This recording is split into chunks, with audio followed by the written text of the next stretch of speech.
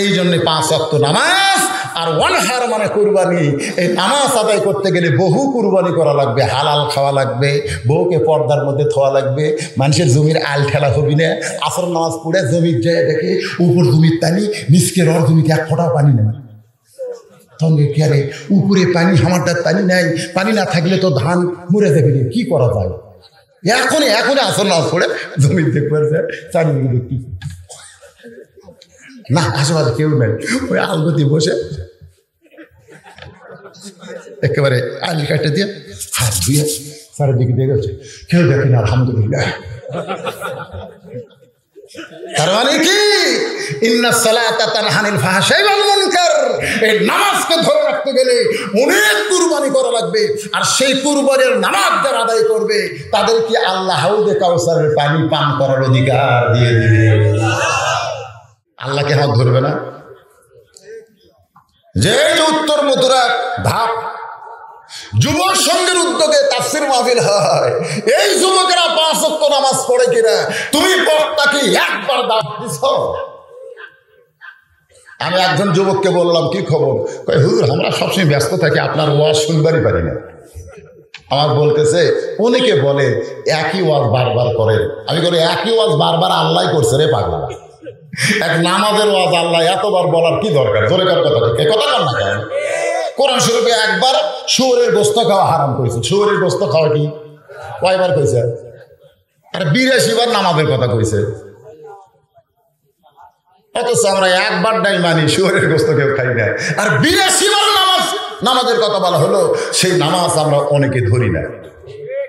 এজন্য আজকে নামাজ নিয়ে সূরা কাউসার আপনাদের সামনে আলোচনা হবে। বিরক্ত হবেন? বিরক্ত না।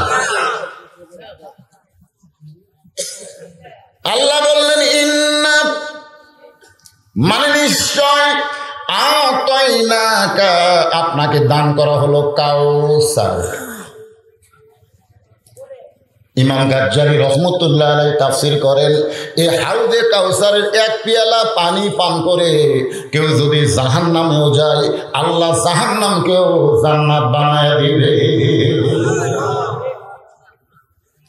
দেখছেন, নবীকে আল্লাহ যে কাউসার দিয়েছে, সে কাউসারের 1 পেয়ালা পানি পান করে কেউ যদি জাহান্নামেও যায়, তাহলে ভিতরে পানি থাকার কারণে আল্লাহ জাহান্নামকে জান্নাত বানায় দিবে। এখন বলেন, হাউজে কাউসারের পানির পাওয়ার আছে না নাই? আপনার দেহের মধ্যে 1 পেয়ালা থাকলে জাহান্নাম আপনার দেহ দেখে ভয়ে ধপধপ করে লিবে যাবে। সাহাবীরা বললেন, ইয়া রাসূলুল্লাহ, ওয়ামা আরসালনাকা ইল্লা রাহমাতাল লিল আলামিন। আল্লাহ আপনাকে বিশ্ব জগতের সব জায়গার জন্য রহমত স্বরূপ নাজিল করেছেন। হাসরের ময়দান যখন তামার সানি উম্মত বলবে পানি পানি, এরকম একটা গজল আছে না নাই? হাসর হবে তামার সানি, উম্মত বলবেন পানি পানি, সেই দিনে নবী বিনে পানি দেওয়ার সাধ্য কারো নাই। সবাই বলেন, হাসর হবে তামার সানি, উম্মত বলবেন পানি পানি, সেই দিনে নবী বিনে পানি দেওয়ার সাধ্য কারো নাই। সাল্লাল্লাহু আলা মুহাম্মদ, মুহাম্মদে পড়েন সাল্লাল্লাহু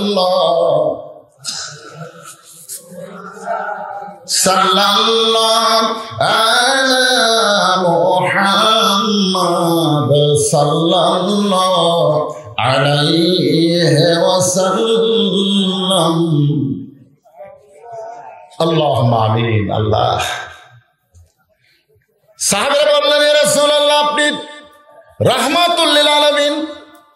যদি কঠিন হাসরের ময়দানে ইহুদি, খ্রিস্টান, হিন্দু, বৌদ্ধ, কাফের, মুনাফিক তারা যদি আপনার কাছে হাউজে কাউসারের পানি চায়, আর আপনি যে দরদি, ওদের চেহারা দেখে আপনি যদি 1 গিলাস করে পানি দেন, কারণ আপনার তো দয়ার শেষ নাই। ধরে কোন কি নেই? যে তায়েফবাসী আপনাকে পাথর মারলো, আপনি তাদের জন্য জাহান্নামের দোয়া না করে তাদেরকে জান্নাতের দোয়া করলে, জায়েদ বলে রাসূলুল্লাহ, যারা আপনার দেহে রক্ত ঝরালো তাদের জান্নাতের জন্য আপনার চোখের পানি পড়তেছে, আপনি কেমন মানুষ? হুজুর, হাসরের ময়দানে ইহুদি, খ্রিস্টান, হিন্দু, বৌদ্ধ যদি কঠিন তৃষ্ণার্ত হয়ে আপনার কাছে এক গিলাস পানি চাই, আপনি তো হাউদে কাউসারের মালিক হয়ে যাবেন। এক গিলাস করে পানি যদি তাদেরকে দেন, তাহলে তারা সেই পানি পান করে যদি জাহান্নামেও যায়, আল্লাহ জাহান্নামকেও জান্নাত বানাই দিবে। সঙ্গে সঙ্গে নবী বললেন, সাহাবীরা, আমি হাউদে কাউসারের মালিক হলে কি হবে? সবাইকে পানি দেওয়া যাবে না, পানি দেওয়া যাবে কেবলমাত্র দুইটা আমল যাদের ভিতরে থাকবে। এক নম্বর হলো ফাসাল্লি রাব্বিকা, আর দুই নম্বর হলো ওয়ানহার। এক নম্বর হলো নামাজ, দুই নম্বর কুরবানি। এই দুইটা আমল যারা করবে তারাই পান করবে হাউজে কাউসারের পানি। তাহলে কয়টা? হ্যাঁ বাবা, যুবকেরা, এই যুবক, লড়াচড়া করো না। আজকে ওয়াজ শোনার পরে নিয়ত করো, ফজর থেকে বাকি জীবনে একটা ওয়াক্ত নামাজ বাদ দেব না, এক ওয়াক্ত। খালি নিয়ত করো, আজকের মাহফিল তোমাকে জান্নাতের দরজায় পৌঁছায় দিবে। আল্লাহ দিতে পারে কি পারে? নিয়ত করো বাবা। আমরা বুড়া বয়সে এখন আর ঠিক মতো রুকু সেজদা করতে পারি না। তো অনেক লোক কয়, হুজুর এখনই নামাজ, তো কখন ধরবো? কার একটু বয়স হোক, যখন বয়স হবে শোনে নামাজে রুকু সেজদা এগুলো করার নিয়ম আছে না নাই? ধরে কেন আছে না নাই? কতগুলো দেখবেন মাজা ঠিক মতো ব্যাখ্যা করবারই পারে না। কি হতে পারে? মাজা ব্যাগ না ধরছে। যখন তোর মাজা ভালো আসলো তখন তখন নামাজ পড়িনি রে। এখন কতগুলো লোক মসজিদে চেয়ার সেট করছে। ধরে কোন কি সেট করছে? চেয়ার। হ্যাঁ, চেয়ার সেট করছে। যৌবন বয়সে একত্র নামাজ পড়েনি, এই বুড়া বয়সে চেয়ার লেগেছে আল্লাহর সঙ্গে ঠাট্টা করার জন্য। আল্লাহ ওদের সম্পর্কে বলেছেন ফাওয়াইলুল লিল মুসাল্লিন, এরা মুসল্লি নয়, এরা নামাজ পড়ার পরেও ওয়াইল নামক জাহান্নামে ঢুকবে। নামাজ পড়ার পরেও সরকারি চাকরি করতে যেমন একটা বয়স লাগে, সব বয়সে যেমন সরকারি চাকরি করা যায় না, নামাজ পড়তে একটা বয়স লাগবে। যার কারণে রাসূল বলেছেন 7 বছর থেকে নামাজের তালিম দাও, 10 বছর থেকে জোর করে নামাজ ধরাও। নামাজ বুড়া মানুষের জন্য না, নামাজ হলো যুবকদের জন্য। জোরে কোন কথা ঠিক কি? আজকে যুবকেরা কোরআনের মাহফিল করতেছো, ঠিক মতো নামাজ ধরছো কিনা? এখানে মসজিদের মুয়াজ্জিন আছে নাকি? কারণ মুসল্লি আসল কারা, এটা মুয়াজ্জিন ভালো বানায়। কারণ ইমাম মাঝে মধ্যে 2-1 মিস করে, কিন্তু মুয়াজ্জিনের কি মিস আছে? কোনো মিস নেই। মসজিদের আসল খবর মুয়াজ্জিন সব ভালো বানায়। কিন্তু আপনাকে মুয়াজ্জিন তো ওয়াজ শুনবে না, কারণ ফজরের আজান দেওয়া লাগবে। ধরে কোন কথা ঠিক কিনা? এ ওয়াজ শোনার তালুক থেকে যদি ফজরের চেতন না পায়, যারা নামাজ পড়ে না ওরাও মুয়াজ্জিনের উপর গরম হবে। এই আজান দিলি না কেন? হঠাৎ যদি কোনোদিন মুয়াজ্জিন আজান ফজরের না দেয়, দেখবেন যারা নামাজ পড়ে তারা খুব একটা রাগ করে না, কিন্তু যে শালারা নামাজ পড়ে না ওরা খেপে যায়। ধরে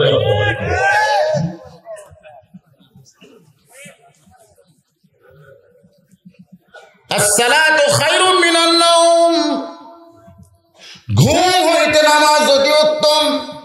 এই ফজরের 2 রাকাত নামাজ যারা জামাতের সঙ্গে আদায় করবে, আল্লাহর নবী বললেন আদম নবী 350 বছর তওবায় কান্নাকাটির পরে যখন তওবাকে কবুল করা হলো, যে জায়গায় তওবা কবুল করা হয়েছে ওই জায়গায় শুকরিয়া তার 2 রাকাত নামাজ পড়েছে। আল্লাহ বলে, আদম তোমার এই 2 রাকাত নামাজ আমি আল্লাহর কাছে এত ভালো লাগছে, উম্মতে মুহাম্মাদের জন্য ফজরের 2 রাকাত ফরজ হিসেবে দিয়ে দিলাম।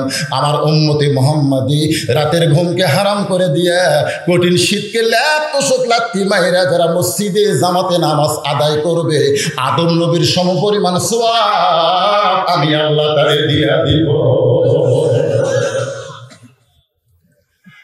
5 ওয়াক্ত নামাজের মধ্যে এই পৌষ মাঘ এই 2 মাসে ফজরের নামাজ পড়াটা খুব কঠিন।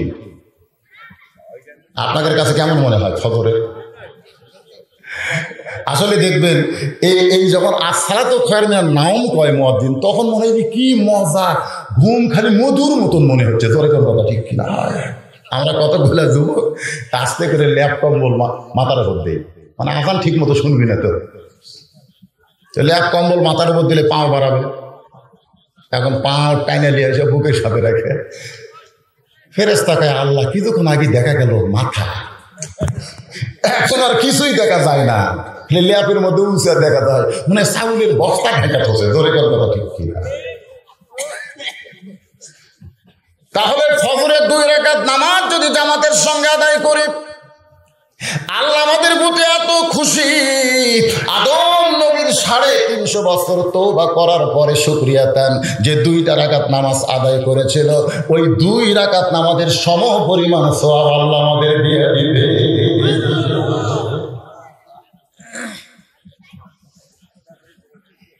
যোহরের 4 রাকাত ফরজ নামাজ। রে যুবকেরা, মুসলমান বান্দা বান্দিরা যারা আছেন সকলে শোনেন, এই যোহরের 4 রাকাত ফরজ নামাজ আদায় করলে আল্লাহ আমাদের প্রতি কেমন খুশি হবে। আল্লাহ বলেন, হাবিব আপনার উপরে যেই কোরআন আমি নাজিল করেছি, এই দেখেন এই কোরআন, যে কোরআন আপনারা তাফসীর শুনতে আইছেন, এই কোরআন শরীফের মধ্যেই কিন্তু আল্লাহ বলেছেন মিল্লাতা আবিকুম ইব্রাহিম হুয়া সাম্মাকুমুল মুসলিমিন। আপনারা বলেন তো এটা আমার কথা? তাহলে এখানে কি বলতেছে? তোমরা যারা মুসলমান, মুসলমান তোমরা যারা মুসলমান, তোমাদের জাতির পিতার নাম হলো ইব্রাহিম। একই বিষয়ে বেশি পিতা মানা জায়েজ না, একই বিষয়ে খুব খেয়াল করবেন। কেউ যদি বলে আমার 2 বাপ জন্ম দিছে, আচ্ছা আপনাকে মাহফিলের কি কোনো লোক নাই এদের ছেলে ফেলে চিল্লাচিল্লি করতেছে? কোন কমিটির লোকেরা নাই? না না না, অত্যন্ত গুরুত্বপূর্ণ আলোচনা হচ্ছে না ভাইজান। মনে করেন জীবনের শেষ ওয়াজ, রজত চাঁদের ওয়াজ, প্রশ্ন করেছে আল্লাহ বড় না আরশ বড়, আজকেদেরকে এই জিনিসটা আমি শুনে দেব, কোরআনে বা হাদিস দেখে শুনবেন না আপনারা? কি কথা রে বারে, 104 জন যুবক মাহফিল করতেছে আর বেড়া ওরা চেঁচা করে, এরা কোন মায়ের সন্তান রে? আমার আগে আমার সেলিম ভাই কি সুন্দর ওয়াজ করলো মায়েরা। আসলে মা যদি ভালো হয় পেটের বাচ্চা ভালো হবে রে, পেটের বাচ্চা ভালো হবে। ভালো মায়ের সন্তান এত রাত্রে রাস্তায় চেঁও চেঁও করে না। ওরা যখন পেটের মধ্যে ছিল তখন মা পেটক দিয়ে গোটা পাড়া ঘুরিয়েছে। ধরে কথাটা ঠিক, পেটের মধ্যে থেকে এই ঘোড়ার ব্যারাম পাচ্ছে, ঘোড়ার ব্যারাম। এই জন্য একজন খ্রিস্টান নেপোলিয়ন বলেছে, তোমরা যদি ভালো একটা সন্তান চাও তাহলে ভালো একটা মায়ের দরকার, ভালো মায়ের দরকার, ভালো বাপের দরকার না। বাবা আনন্দে মাতিয়া সাগরে ভাসাইয়া সেই যে চইলা যায় খবর লয় না, মাজন ধরিয়া উদরে কতই কষ্ট করে, 10 মাস পরে পায় প্রসবের বেদনা, এমন দরদি ভবে কেউ হবে না আমার মা গো। ইমাম গাজ্জালি বলেন, প্রত্যেকটা যুবতী মেয়েদের মাসে 3 দিন 5 দিন 7 দিন একটা অসুখ হয়, কিন্তু সেই মেয়েটার পেটে যখন বাচ্চা আসে, আসার সঙ্গে সঙ্গে ওই মাসিক ব্যায়ামটা আল্লাহ বন্ধ করে দেয়। বন্ধ করার কারণ হলো পেটে বাচ্চা নিয়ে আমার ইবাদতের যেন কোনো কমতি না হয়। কারণ এই মাসিক ব্যায়াম হলে রোজা রাখা যাবে না, নামাজ পড়া যাবে না, কোরআন শরীফ স্পর্শ করা যাবে না। এই জন্য পেটে বাচ্চা আসার সঙ্গে সঙ্গে ওই 10টা মাস মার যেন কোনো ইবাদতের কমতি না হয়। মা পেটে বাচ্চা নিয়ে যদি ঝুঁকে ঝুঁকা কোরআন পড়ে, মা পেটে বাচ্চা নিয়ে যদি নামাজ পড়ে, মা পেটে বাচ্চা নিয়ে যদি রমজান মাসে রোজা করে, ওই বাচ্চা শুধু বাচ্চা হয় না, আল্লাহর ওলি হয়ে জন্ম নেয়। আমাকে একজন কয়, হুজুর 11 মাস আমার খিদা লাগে না, কিন্তু এই রোজার চাঁদ উঠলে খালি খিদা লাগে। কারণ কি? আমি বললাম, কারণ তোর মা বাঁচে আছে। কয় হ্যাঁ আছে। তোর মা দেখো, ও মার কাছে গিয়ে বলতেছে, মা 11 মাস আমার খিদা লাগে না, রোজার খিদা লাগে কেন? ওর মা বলতেছে, তোর দাদি এই সর্বনাশ করছে। কারণ তুই যখন আমার পেটত ছিলি রমজান মাসে তোর দাদি জোর করে আমাকে রোজা ভাঙ্গাছে, আমি রোজা রাখলে নাকি তুই পেটের মধ্যে শুকে দেবো, খালি তুই কি তাজা থাকার জন্যে রোজার মাসে আমি খাসি রে, আমিও খাসি, তুই লার দিয়া তুইও খাসিস, এই যে রোজার মাসে তোর পেটের মধ্যেই খাওয়ার অভ্যাস আছে, তুই বেড়ে আসা রোজা থাকে পারবো? এই জন্যে দাঁড়ায় দিয়েছি, আমি সব করতেছে না, হো করতেছে, এর কি মাও খুব একটা সুবিধা না, বাপ ভালো কিন্তু মা আর আছে, আর কথাবার্তা আছে মাশাআল্লাহ। হ্যাঁ, আমি নামাজ সম্পর্কে কথা বলবো। তাহলে আমি আপনাদের কি বললাম, একই বিষয়ে দুইজন পিতা তিনজন পিতা মানা যাবে না, বিষয় ভিত্তিক একজন পিতা মানা লাগবে। তাহলে আমাকে জন্ম দেওয়া পিতা কয়টা, আদি পিতা কয়টা, জাতির পিতা কয়টা? যদি কেউ বলে আমার দুইটা জাতির পিতা, বুঝবেন ওর জাতির মধ্যে ভেজাল আছে। কেউ যদি বলে আমাকে দুই বাপে জন্ম দিছে, বুঝবেন ওর জন্মের মধ্যেও ভেজাল আছে। ঠিক না? এই জন্যে জোহরের 4 রাকাত ফরজ নামাজ আদায় করলে আমাদের উপর আল্লাহ কত খুশি হবে। আমাদের লাভটাকে এটা বোঝানোর জন্য বলতেছি, মিল্লাতা আবিকুম ইব্রাহিম হুয়া সাম্মাকুমুল মুসলিমিন। চড়কের উপরে বসে আছেন, চড়ক, নিচে নমরুদের চুলার আগুন দাও দাও করে জ্বলতেছে। ইব্রাহিম নবী চড়কের উপরে বসে আছেন আর নিচে দাও দাও করে আগুন জ্বলতেছে। এমন সময় চড়কে রশি ধরে টানতেছে তার জন্ম দেওয়া বাপ, রশি ধরে টানতেছে। আপনারা বলেন তো ইব্রাহিমকে বাঁচানোর জন্যে না পুড়ানোর জন্যে? আপনাদের কাছে আমার প্রশ্ন হলো, যে বাবা সন্তানকে আগুনে পোড়ানোর জন্য রশি টানে, সেই বাবা ভালো না খারাপ? নমরুদের আগুনের পাওয়ার বেশি না জাহান্নামের আগুনের পাওয়ার বেশি? তাহলে ফজরের আযান শোনার পরে আপনি বাবা হয়ে মসজিদে চলে গেলেন, আপনার 22 বছরের ছেলে ল্যাপের মধ্যে কম্বলের মধ্যে ঘুম পাড়তেছে। এই বাবারা শোনেন, আপনি ফজরে আজান দিলে আপনি বাবা মসজিদে চলে যায়, সামনে কাতারে নামাজ পড়তেছেন, আর আপনার ছেলে 22 বছর ওই ল্যাপের মধ্যে ঘুম পাড়তেছে। আপনার বলেন তো কোন নামাজে 2 আজান? জানেন না আপনারা? জুমার নামাজটা তো অন্তত পড়েন না? এই কোন নামাজে 2 আজান কেন?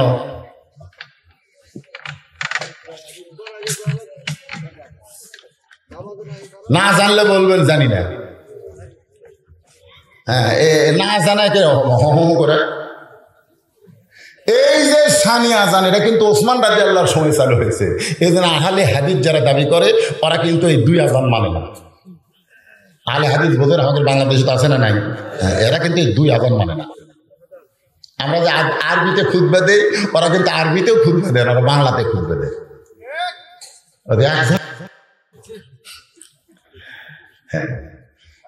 আসলে আহলে হাদিস বলে কিছু না, ওরা হলো আহলে ফিতনা। ধরে কেন আহলে কি? রমজান মাস আসলেই দেখবেন তারাবি 8 রাকাত দিয়ে ওরা শুরু করে দেবে। তো এখন আপনি সামনে কাতারে গিয়ে নামাজ পড়লেন, মাশাআল্লাহ। নামাজ যখন শেষ হলো দোয়া করতেছেন, আল্লাহ এই নামাজ কবুল করো, আল্লাহ আমাকে মাফ করো, আল্লাহ জাহান্নামের আগুন থেকে আল্লাহুম্মা ইন্না নাসআলুকাল জান্নাতা নাউযু বিকা মিনান নার। ফেরেশতা বলতেছে, আল্লাহ তোমার বান্দা যে হারে কাঁদতেছে রেজাল্ট কি? আল্লাহ কয় জাহান্নামে।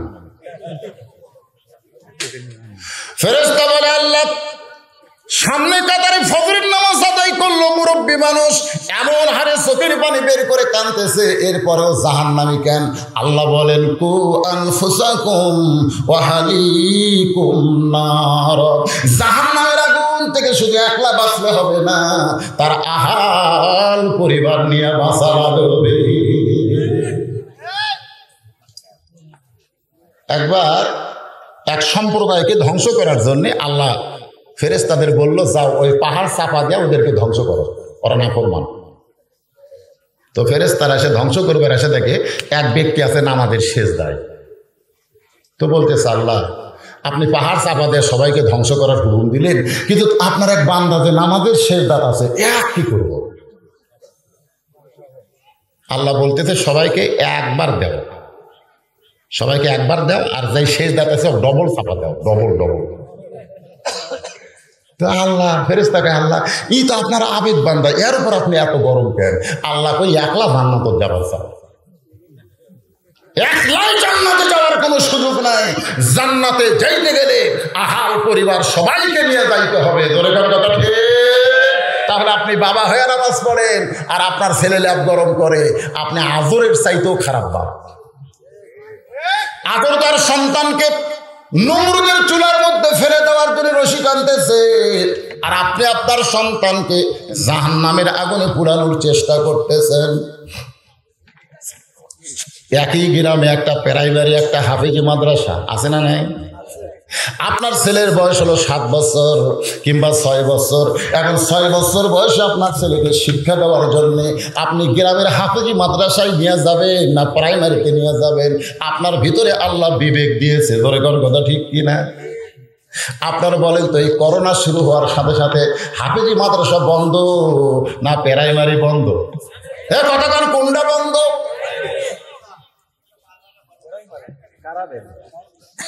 তাহলে একই গ্রামের প্রাইমারি বন্ধ হলো, হাফেজি মাদ্রাসা বন্ধ কেন হলো না? একটাবার বিবেক দিয়ে কি আপনি চিন্তা করে দেখবেন না? আমি তো খুব গবেষণা করি এই জিনিস নিয়ে। আমার গ্রামে হাফেজি মাদ্রাসা খোলা আছে, প্রাইমারি বন্ধ আছে, একই বয়সের ছাত্র, একটা বন্ধ একটা খোলা কেন? আমি এক নেতাকে গিয়ে বললাম, কে নেতা সাহেব, আপনাদের প্রধানমন্ত্রী শিক্ষামন্ত্রী প্রাইমারি বন্ধ করে দিল, হাফিজি বন্ধ করে দিল না কেন? নেতা বলতে হুজুর প্রাইমারি হলো নাপাক আর হাফিজি মাদ্রাসা হলো পাক। দেখছেন, একটা নেতা বলতেছে প্রাইমারি হলো নাপাক, এরা পেশাব করে পানি নেয় না, ওজু গোসল কিছু বোঝে না, এই জন্য তো করোনা ধর্মী দেখে বন্ধ। আর হাফিজি মাদ্রাসা হলো পাক। দৈনিক শুধু 5 বারের জন্য হাফেজি মাদ্রাসার বাচ্চারা উজু করে না, যতবার উজু যায় ততবার উজু করে। ওদের ডিটল দিয়ে স্যাবলন দিয়ে হাত ধোয়া লাগবে না, ওরা আল্লাহর হুকুমে হাত ধোয় বারবার। ধরে কাটতে পারে কিনা? তাহলে আপনার বিবেক কি বলে? নেতা প্রাইমারি বন্ধ, হাফেজি খোলা, তা আপনার ছেলের বয়স 6 বছর। এখন আপনি আপনার সন্তানকে কোনটা ভর্তি করে দিবেন, যেটা বন্ধ হবে না যেটা খোলা আছে? আর কথা কয় না। ও খোলাটা দেওয়া লাগবে, কিন্তু দিবেন না। যদি আপনার সন্তানের জান্নাত চান, যদি আপনার সন্তান আপনি মারা গেলে আপনার জানাজার নামাজ আদায় করবে, এইটা যদি আপনি চান, যদি আপনি নেককার সন্তান চান, তাহলে আপনি ওই প্রাইমারি বাদ দিয়ে হাফেজি মাদ্রাসায় সন্তান ভর্তি করে দেন। যদি হাফেজি মাদ্রাসায় ড্যাঙ্গায় প্রাইমারি ভর্তি করে দেন, তাহলে আপনি ইব্রাহিম নবীর আজর বাবার চাইতেও খারাপ বাবা। ধরে বলেন ঠিক কিনা? এখন আপনি কেমন বাবা হবেন? এই বাবারা যারা কোরআনের মাহফিলে বসে আছেন, একটু মনোযোগ দিয়ে কথাগুলো শুনবেন। জোহরে 4 রাকাত ফরজ নামাজ আদায় করলে আমাদের লাভটা কি, আল্লাহ আমাদের উপর কেমন খুশি, এইটা বোঝানোর জন্য বলতেছি। এক সময় চরকে রশি ধরে টান মারতেছে, এমন সময় ফেরেশতা জিবরাইল ইব্রাহিম নবীর সামনে এসে বলতেছে, ওগো আল্লাহর নবী, আপনি যদি চান, যদি আপনি চান, আল্লাহ আমাকে 600 পাখা দিয়েছে, একটা পাখার বাতাস দিব, গোটা আগুনের চুলা সহ সাগরের মধ্যে গিয়ে নিভা যাবে। যদি আপনি চান তাহলে এখনই বাতাস দিব। সঙ্গে সঙ্গে ইব্রাহিম নবী চিৎকার করে বলে, ইব্রাহিম তুমি তওবা করো, তুমি তওবা করো, কারণ আমি ইয়্যাকা না'বুদু ওয়া ইয়্যাকা নাস্তাঈন। আমি কোনো বাবার কাছে সাহায্য চাই না, আমি কোনো ফেরেশতার কাছে সাহায্য চাই না, আমি কোনো মাজারের সাহায্য চাই না, আমি কোনো পীরের কাছে সাহায্য চাই না। আমি যার গোলাম, কেবলমাত্র তারই কাছে আমি সাহায্য চাই। হাসবি আল্লাহু, বলেন হাসবি আল্লাহু নি'মাল ওয়াকিল ওয়া নি'মাল মাওলা ওয়া নি'মান নাসীর।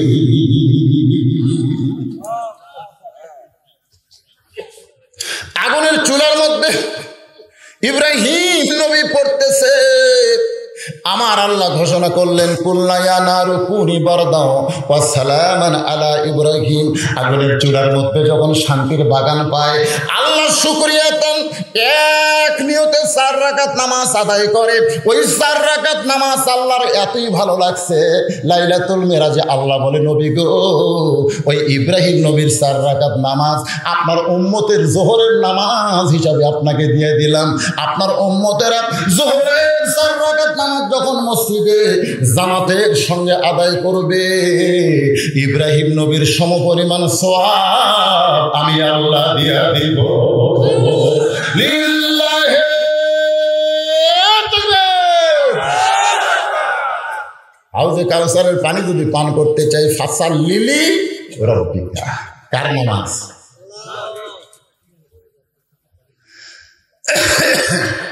নবী বলতেছে, আল্লাহ আসরের 4 রাকাত ফরজ নামাজ আদায় করলে আমার উম্মতের উপর আপনি কেমন খুশি হবেন, আমার উম্মতের লাভটা কি হবে? আল্লাহ বলে, হাবিব, আপনার উপর যেই কিতাব আমি নাজিল করেছি, এই কিতাবের ভিতরে সবচাইতে যেই নবীকে নিয়ে বেশি আলোচনা, সেই নবীর নাম হলো মূসা কালিমুল্লাহ। সুবহানাল্লাহ। তুর পর্বতে গিয়ে মূসা নবী দাঁড়ায় আছে। কেন দাঁড়ায় আছে আল্লাহ জানে কি জানে না? আল্লাহ কিন্তু অনেক সময় জানার পরেও জানতে ভালোবাসে, কারণ আল্লাহর এত বেশি দয়া, বুঝলেন? মা তার সন্তানকে সকালবেলা বাপের সাথে সাজা দিছে, ওর বাপ ওর নানার বাড়ি দিয়ে গেছে। বিকেলবেলা যখন ছেলে ফেরত আইছে, তখন মা জিজ্ঞাসা করে, বাবু কোথায় গেছিলে? বাবু কোথায় গেছিলে? আসলে আপনি বলেন তো, মা জানে কি জানে না? কারণ মাই তো সকালবেলা সাজা দিচ্ছে, সাজগোজ করে দিচ্ছে, বাপের সাথে নানার বাড়িতে গেছে। আবার বিকেল বেলা ফেরত আসে, সাংসার জিজ্ঞেস করতেছে, বাবু তুমি কোথায় গেছিলে বাবু? কারণ মা তার বাপ মাকে এত ভালোবাসে, ওই কচি মুখে একটু নানা নানির কথা শুনতে চায়। আল্লাহ বান্দা বান্দিকে এত ভালোবাসে, জানার পরেও আল্লাহ বান্দা বান্দির মুখে শুনতে ভালোবাসে। ধরে গেছে, এই জন্য তো একটা গজল আছে, আদর করে মানুষ আল্লাহ বানায়া কেমনে দিবেন জাহান্নামে ফেলিয়া। সবাই বলেন, আদর করে মানুষ আল্লাহ বানায়া কেমনে দিবে জাহান্নামে ফেলিয়া। আল্লাহ বলে, মুসা তোমার খবর কি? তুমি যে তুর পর্বতে ঘন্টার পর ঘন্টা দাঁড়ায় আসছো, তোমার খবর কি? মুসা বলতেছে, আলহামদুলিল্লাহ, আলহামদুলিল্লাহ। কিছুক্ষণ পরে মুসা বলতেছে, আল্লাহ আপনার খবর কি? আপনার আমি যদি বলি আপনারা কেমন আছেন, আপনারা বলতেছেন আলহামদুলিল্লাহ। আপনাকে কিন্তু উচিত যে হুজুর আপনি কেমন আছেন, এটাই হলো সুন্নাত। খালি একজনের খবর নিলে হবে না, দুইজনের খবর নেওয়া দরকার। জোরের কথা ঠিক কিনা? তখন মুসা চিন্তা করতেছে, আমি তো জনগণ লিয়া বহু মানুষ লিয়া ঘোরাফেরা করি, আর আল্লাহ একলাই বসে আছে বাড়ি, উঠি যাওয়ার কারো চান্স নাই। একবার মুসা নবী বলছিল, রব্বি আরিনি, আল্লাহ তোমার সাথে কথা বলতে বলতে আমার এত মহব্বত হয়ে গেছে, তোমাকে একটু দেখতে চাই। আল্লাহ কয়, লাম তারানি, সম্ভব না। তার মানে ওই এরিয়ার মধ্যে কারো ঢোকা, শুধু একজনই ঢুকতে পেরেছে, তিনি হলেন আমাদের নবী। ধরে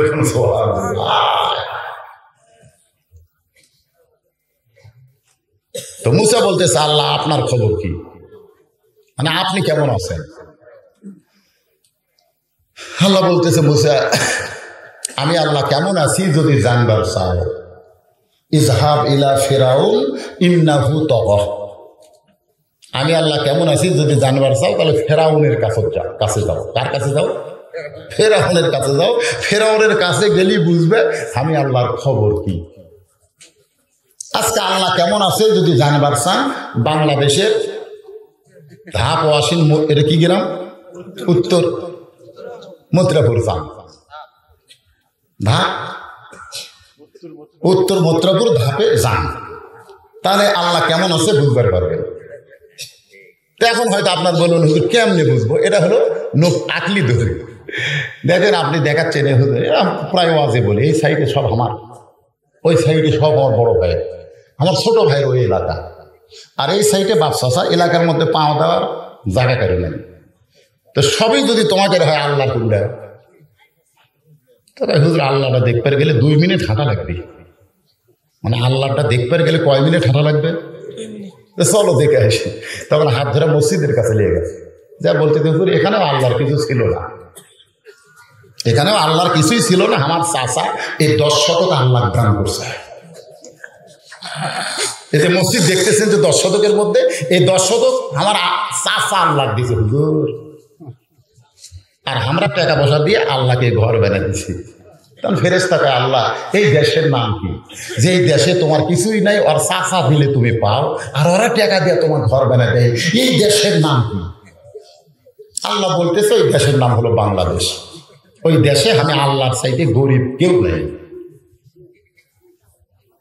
বর্তমানে কোরআনের আওয়াজ আছে, কোরআনের সমাজ না থাকার কারণে আমাদের বাংলাদেশে আল্লাহ সবচাইতে নাজেহাল অবস্থায় আছে। ধরে কোন কথা ঠিক কিনা? সামান্য একটা টাকলিয়া হয়, ইসলাম তুলে দেব, বিসমিল্লাহ তুলে দিব, কত বড় কথা, ইসলাম তুলে দিবি, বিসমিল্লাহ তুলে দিবি, 72-এর সংবিধানও ফেরত যাবি। শালা পাগল, 72-এর সংবিধান কোনো মুসলমানের সংবিধান না, মুসলমানের সংবিধান হলো আল্লাহর কোরআন। জোরে বলেন কথা ঠিক কি না? কথা কর না। একজন মুসলমানের বাচ্চা কোনোদিন 72-এর সংবিধান বলতে পারে না, বলতে হবে 1400 বছর আগেকার যে সংবিধান মুসলমানকে আল্লাহ দিয়েছে তার নাম হলো কোরআন। জোরে বলেন কথা ঠিক কি না? আমরা খেপি না, আমরা কিছু করার পারি না বাবা। চারিদিকে প্রশাসন, পুলিশ, আল্লাহ ভাই তোরা তখন পারতেছি না, আমি একলাই করতেছি। হাই হাই রে, টাকলার যা অবস্থা ভাই, ভয়ে চলে গেছে। কেনাডা মারছে লাত্তি, দুবাই যায় পড়ছে, দুবাই সরকার মারছে লাত্তি, বাংলাদেশের বিমানবন্দরে কোন জায়গার যে টাকলা পড়ে গেল। আল্লাহ কয় কে বিসমিল্লাহ তুলে দিব না, ইসলাম তুলে দিব না, এখন তুই উঠে গেলি। ধরে কোন কথা ঠিক আল্লাহর মার।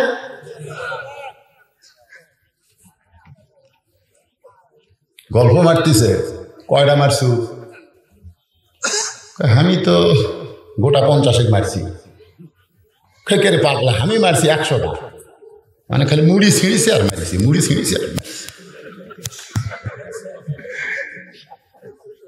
ভোট দেবার গেছে দাদা, তখন লাতি বলতেছে আপনি বুড়ে মানুষ ভোট দেবে রাখছেন কেন দাদা, আপনার ভোট তো আমরা দিছি। তো দাদা এখন চলে যাচ্ছে, কয় দাদিকে নিষেধ করবেন, আসেন না যান।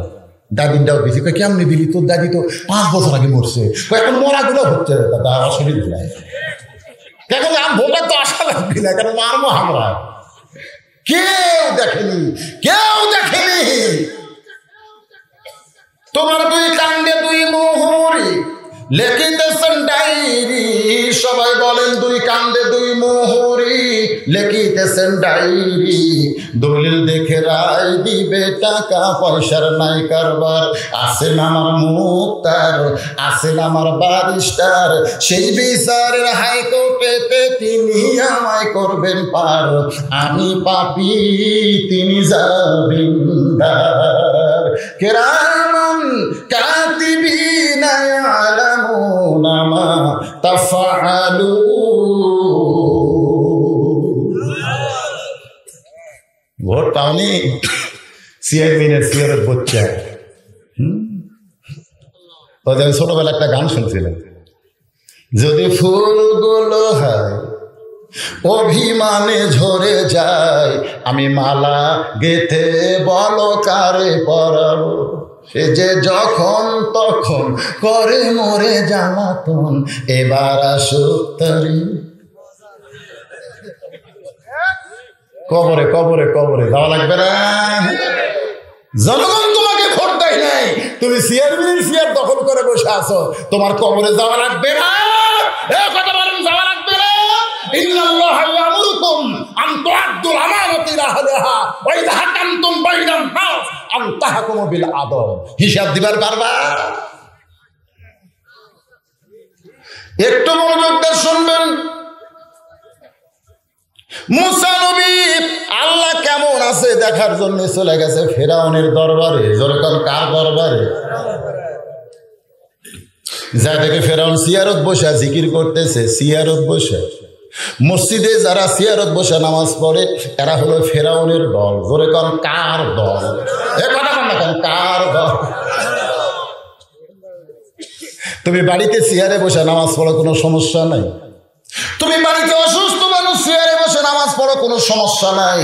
কিন্তু জামাতে নামাজ তোমার চেয়ারে হবে না, কারণ জামাত সকল মানুষের জন্য না। আল্লাহ কোরআন কারিমে বলেছেন, লা ইউকাল্লিফুল্লাহু নাফসান ইল্লা উসআহা। তোমার কষ্ট হবে এমন কিছু আমি আল্লাহ তোমার উপর চাপাই দেই নাই। তোমার মাজা চলে না, তোমার হাঁটু ভাসে না, তুমি মসজিদে গিয়ে জামাতে নামাজ পড়া ওয়াজিব, কাতার সোজা করা ওয়াজিব। তুমি চেয়ারে বসার কারণে কাতার সোজা ওয়াজিব হলো না। ওরা সুস্থ মানুষের জামাত তরক হয়ে গেল, এই কারণে তুমি অসুস্থ মানুষ মসজিদে গিয়ে চেয়ার বাঁধবা না। যদি চেয়ারে নামাজ পড়তে হয় বাড়িতে নামাজ পড়ো, মসজিদে যাইও। তুমি হেঁটে হেঁটে মসজিদে যায় চেয়ারত বসো, তুমি কার দল করো? এইটা বড় আল্লাহ, তাহলে ওটা কে এটা কে? সবাই তো ফেরাউন চিনবে না। আজকে আমাদের বাংলাদেশেও ফেরাউন বসে আছে, কিন্তু সবাই চিনবে না, কারণ আল্লাহর সঙ্গে যাদের সম্পর্ক নাই তারা ফেরাউন চিনবে কেমনে? বলে কথা ঠিক কি না? আপনি যখন সূরা মুলুক পড়বেন, এতে যখন সূরা মুলুক পড়বেন, তাবারাকাল্লাযী বিয়াদিহিল মুলক ওয়া হুয়া আলা কুল্লি শাইইন কাদির। গোটা পৃথিবীর রাজত্ব কর্তৃত্ব মালিকানা একমাত্র কার হাতে?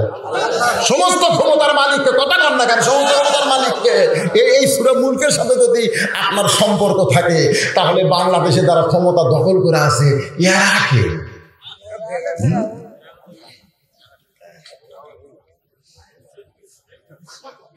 আপনার যে কোরআনের সাথে সম্পর্ক নাই, এইগুলো আপনি বুঝবার পারতেন না। কিন্তু মুসা নবী তো বুঝবার পারছে। এখনই যার সাথে কথা বলে আসলেন সেটা কে আর এটা কে? এই যে বলতেছে আমার রব্বুকুমুল আলা, খালি আল্লাহ নয়, সব চাইতে বড়।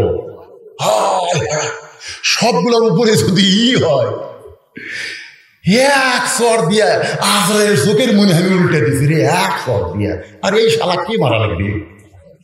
কথা বল না কেন, কি মারা লাগবে?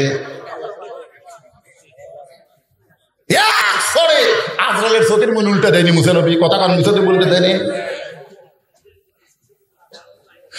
মুসা নবী যখন হাত চুলকায়, আসরের 4 রাকাত কেমনি পাইছে একটু মনোযোগ দিয়ে শোনেন। এরকম ডান হাত চুলকায়। আল্লাহ বলতেছেন, উদউ ইলা সাবিলি রাব্বিকা বিল হিকমা মাউইযাতিল হাসানা। আল্লাহু আকবার। মুসা, আমি আল্লাহ কেমন আছি তোমাকে শুধু দেখার জন্য পাঠাইছি। তুমি পারলে হিকমতের সঙ্গে দাওয়াত দাও, যদি পারো সুন্দর করে ফেরাউনকে বুঝাও। মারামারি করার জন্য আমি তোমারে পাঠাই নাই। আমার আল্লাহ যে কত বড় সনেওয়ালা ভাই। দেখেন, আল্লাহর দাবি করতেছে, তা আল্লাহ তাকে সুযোগ দিচ্ছে। আর আমরা অনেকে বলি আমার জাহান্নাম হবে, আমার জাহান্নাম হবে। কেরে আল্লাহ, তুমি কোরআনের ওই আয়াত কি পড়ছো? লা তাকনাতু মির রাহমাতিল্লাহ, ইন্নাল্লাহা ইয়াগফিরুয যুনুবা জামিয়া ইন্নাহু হুয়াল গাফুরুর রহিম। তুমি সারা জীবন যদি পাপ করো, মরার আগে তোমার বুকে যদি গড়গড়ি শুরু হওয়ার আগে ইস্তেগফার করে চোখের কোণাতে সামান্য পানি বের করে দিতে পারো, আল্লাহ তোমার ওই 2 ফোঁটা পানির কারণে তোমার জীবনের সব গুনাহ আল্লাহ মাফ করে দিবে। কিন্তু সেই সুযোগ পাবে তো? সেই সুযোগ পাবা? মোটর সাইকেলটা সেই খালি এখন করতেছে, মানে রাস্তা চলতেছে আর 5 গুণে কিনবি। কেন? মোটর সাইকেল সোজা মতো এই চলতে চলতে এক ট্রাক মারা দিছে, উষ্ঠে গেছে, আর এক ট্রাক দিছে দলা। আপনার কম তুই তো সুযোগ পাশা। আজকাল যুবকেরা তো এইভাবেই চলতেছে। আল্লাহর বান্দার একটু মনোযোগ দেন। মুসা নবীকে আল্লাহ বললেন, মুসা, ফেরাউনের সঙ্গে তোমাকে মারামারি করার জন্য পাঠাই নাই, বরং তুমি দাওয়াত দাও। ওই জিকির করতেছে, তুমিও জিকির করো। সঙ্গে সঙ্গে মুসা নবী শ্রীরাম, জয় শ্রীরাম, জয় শ্রীরাম। ভারতের কন্ট্যাক্ট প্রদেশে সবাই কি বলতেছে, জয় শ্রীরাম জয়। দেখেননি হাজার হাজার যুবকেরা জয় শ্রীরাম বলতেছে, আর এরই মধ্যে একজন মুসার অনুসারী একটা মাত্র ইন্টারমিডিয়েট পাস করে মুস্কান নামে একটা মেয়ে বলে আল্লাহু আকবার আল্লাহু আকবার আল্লাহু আকবার, সুবহানাল্লাহ। জয় শ্রীরামেরা পিছন দিকে যায়, হায় হায় আল্লাহু আকবারের পাওয়ার দেখছে। সঙ্গে সঙ্গে মুসা বলতেছে লা, পড়েন লা ইলাহা ইল্লাল্লাহু মুসা কালিমুল্লাহ। ফেরাউন জিকির বাদ দা লাভ দৌড়ছে, ফেরাউন থর থর করে কাঁপতেছে, সুবহানাল্লাহ।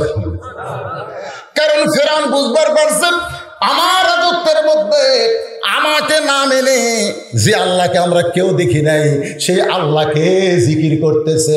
আল্লাহ বলেছেন আল্লাযীনা ইউমিনুনা বিল গায়ব, ওই অদৃশ্য আল্লাহকে তোমরা দেখতে পাবা না, তারপরেও তার প্রতি তোমাদের বিশ্বাস স্থাপন করতে হবে। জিজ্ঞাসা করলো যাকে দেখতে পাওয়া যায় না তার প্রতি বিশ্বাস কেমনে করব?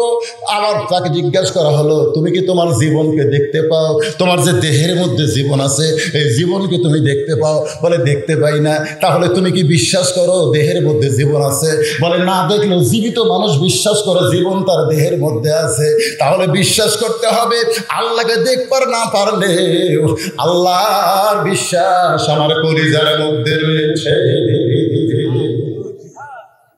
আল্লাহর বিশ্বাস যদি আমাদের কলিজার মধ্যে থাকে, আপনারা বলেন তো তার ইমানি শক্তি কম না বেশি? কম না বেশি? কারণ ওই মেয়েটা ওখানে আল্লাহু আকবার বলার পিছনে শয়তান হয়তো তাকে ধোঁকা দিয়ে বলেছিল ওই হিন্দু এতগুলো যুবক যদি তোকে ধরে তুই একটা মহিলা মানুষ কি করবি? তখন মেয়েটার ইমান বলেছে ওরা ধরতে পারবে না, কারণ ওদের সঙ্গে আছে শয়তান আর তোমার সঙ্গে রয়েছে আমি আল্লাহ। আপনি বলেন তো কার পাওয়ার বেশি?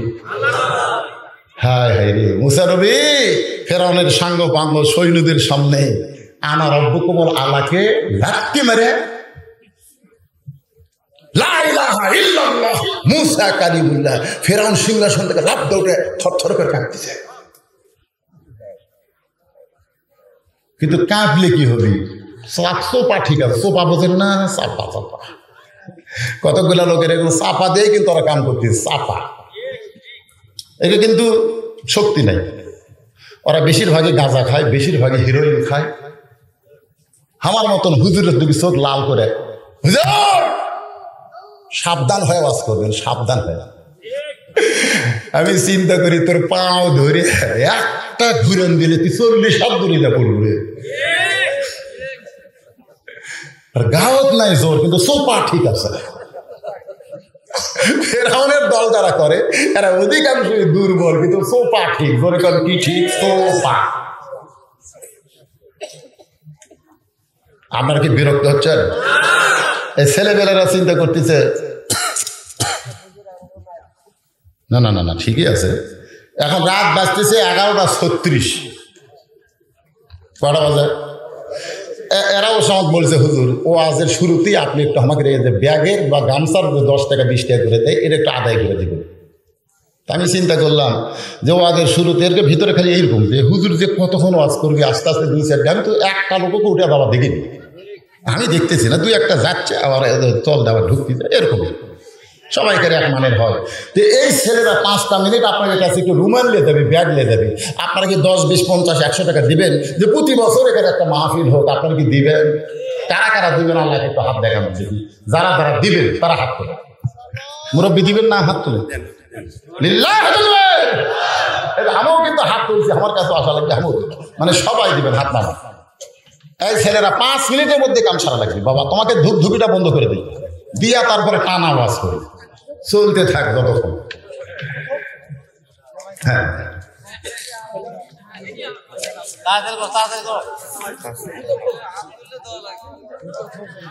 অসীম গ্রামের কৃতি সন্তান, ডেন্টিস্ট, দাঁতের ডাক্তার,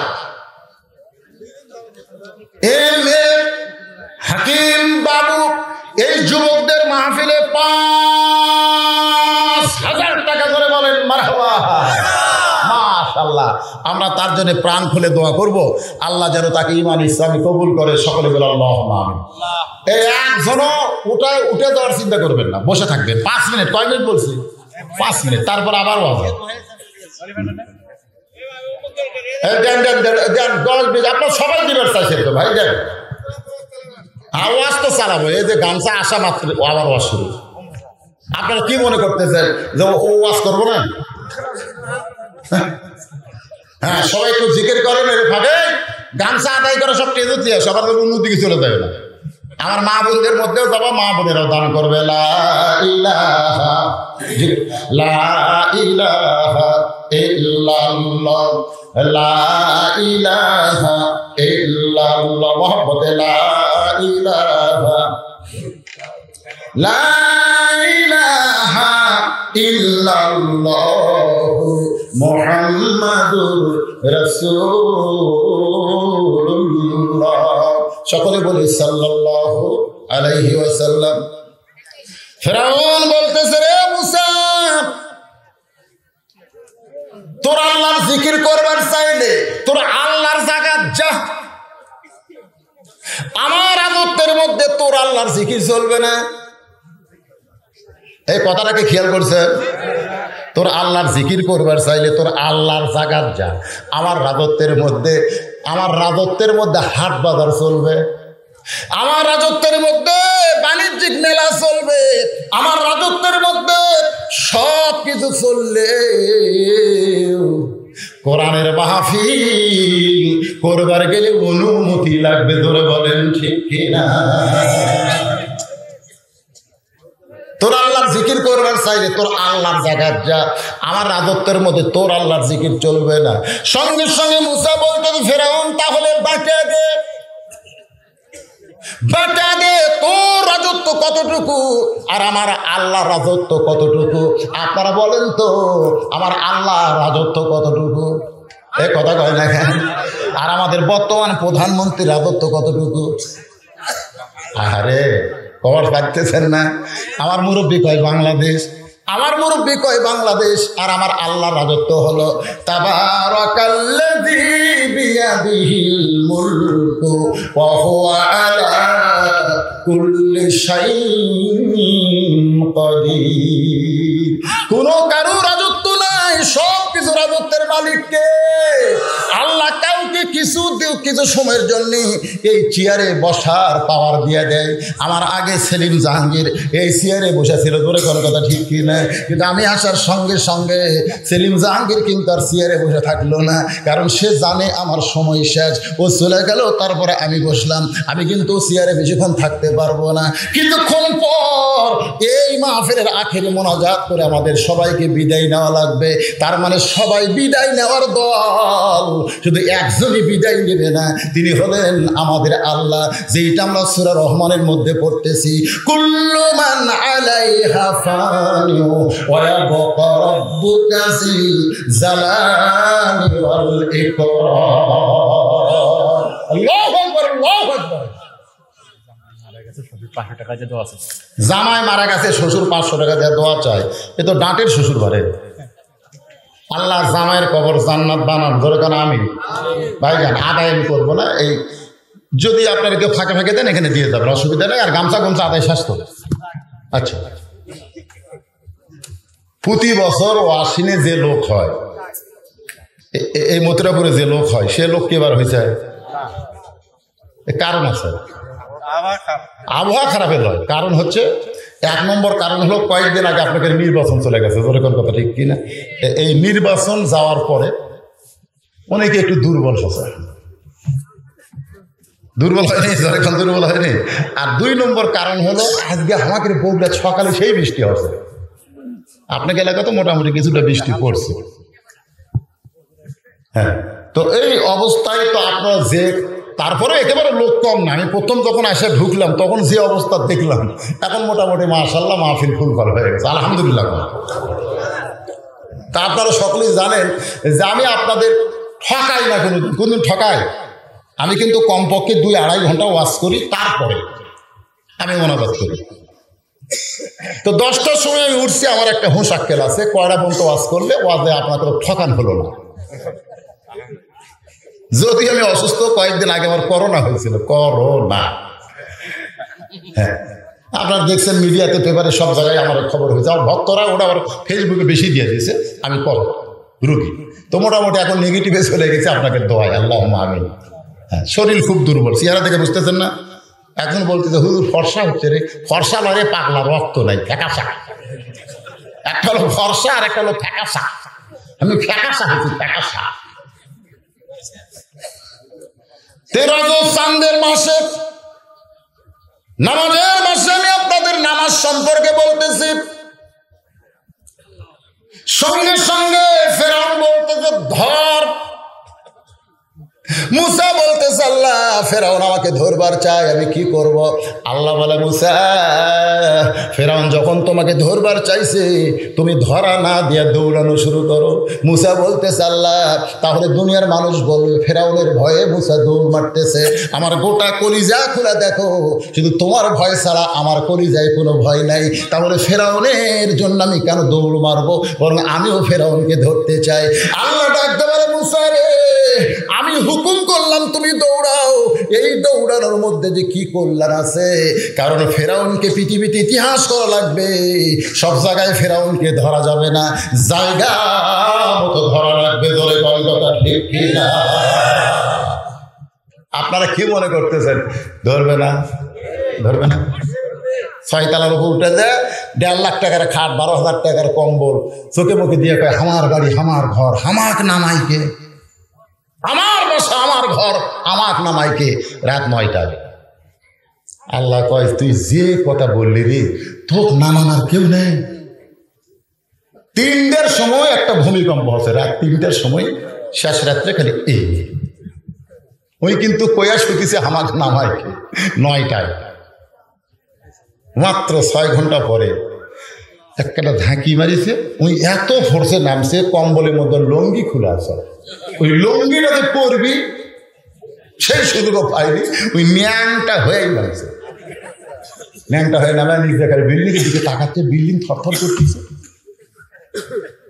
অন্য লোকেরাও বিল্ডিং এ ছিল, তারাও নামছে, কিন্তু তার লঙ্গি আছে। কারণ তারা তো কয়নি যে হামাক নামাইকে, এ কথা তারা কয়নি। এই জন্য আল্লাহ তার তো নামাছে ঠিকই, লঙ্গি পরে নামাছে, আর এই কথা হামাক নামাইকে আল্লাহ ন্যাংটা করে নামাছে। ধরে কারণ কি করে নামাছে? তাহলে এখন চিন্তা করেন, রাত 9টার সময় যাই বললো আমাক নামাইকে, রাত 3টার সময় তাকে আল্লাহ যদি ন্যাংটা করে নামাবার পারে, তুমি যতই ক্ষমতার দাবি করো, যতই চিন্তা করো আমাকে নামাইকে, আল্লাহ যে কোনো সময় ন্যাংটা করেও নামাবার পারে। ধরে কারণ কথা ঠিক কিনা? এই জন্য আমার সঙ্গে পড়েন, তো ইজ্জুমান তাশা পড়েন, তো ইজ্জুমান তাশা ওয়া তুযিল্লু মান তাশা বিয়াদিকাল খায়র ইন্নাকা আলা কুল্লি শাইইন কাদির। সম্মান দেওয়ার মালিককে, অপমান করার মালিককে, ভালো মন্দর মালিককে, সমস্ত ক্ষমতার মালিককে। একেবারে দরিয়া পর্যন্ত মুসা নবী দৌড়ায়, ফেরাউন খেলে আনন্দ করে আর বলতেছে আমার ভয়ে মুসা দৌড়ায়, ধরো ধরো মুসা ধরো। 3 দিকে সৈন্য সামন্ত নিয়ে, আর একদিকে সাগর। মুসা বলতেছে আল্লাহ তুমি দৌড়াবার কইছিলা, দৌড়াইলাম, কিন্তু এখন 3 দিকে ওরা আক্রমণ করছে, এমন ভাবে লাঠি সোটা নিয়ে দাঁড়ায় আছে, আর আমার সামনে সাগর, আমি এখন কি করব? আল্লাহ বলে মুসা দৌড় দাও। মুসা বলতেছে আল্লাহ এতক্ষণ শুকনা জমিন ছিল, দৌড়াইছি, এখন কেমনে দৌড়াবো? আল্লাহ বলে মুসা রে, আমি আল্লাহ তাআলা সাগরকে তোমার জন্য রাস্তা বানায়া দিলাম। নাসরুম মিনাল্লাহি ওয়া ফাতহুন করিব ওয়া বাশশিরিল মুমিনিন। এই সাগরকে রাস্তা পাইয়া মুসা নবী তার সঙ্গীদের বললেন যে আল্লাহ আমাদেরকে সাগর রাস্তা বানায় দিল, সে আল্লাহর শুকরিয়া। কারণ আমরা আল্লাহকে সেজদা দিবার চাই। 1 নিয়তে 4 রাকাত নামাজ পড়ে মুসা নবী যখন সালাম ফিরাই, আল্লাহ বলে হাবিব, ওই সাগরের তলদেশে মুসা নবীর 4 রাকাত নামাজ আমি আল্লাহর এত ভালো লাগছে, আজকে সেই 4 রাকাত নামাজ আপনার উম্মতের জন্য আসরের 4 রাকাত হিসেবে দিয়ে দিলাম। আপনার উম্মতেরা আসর আসরের 4 রাকাত ফরজ নামাজ যখন জামাতের সঙ্গে আদায় করবে, মুসা নবীর সমপরিমাণ সওয়াব আমি আল্লাহ দিয়া দিব। লিল্লাহি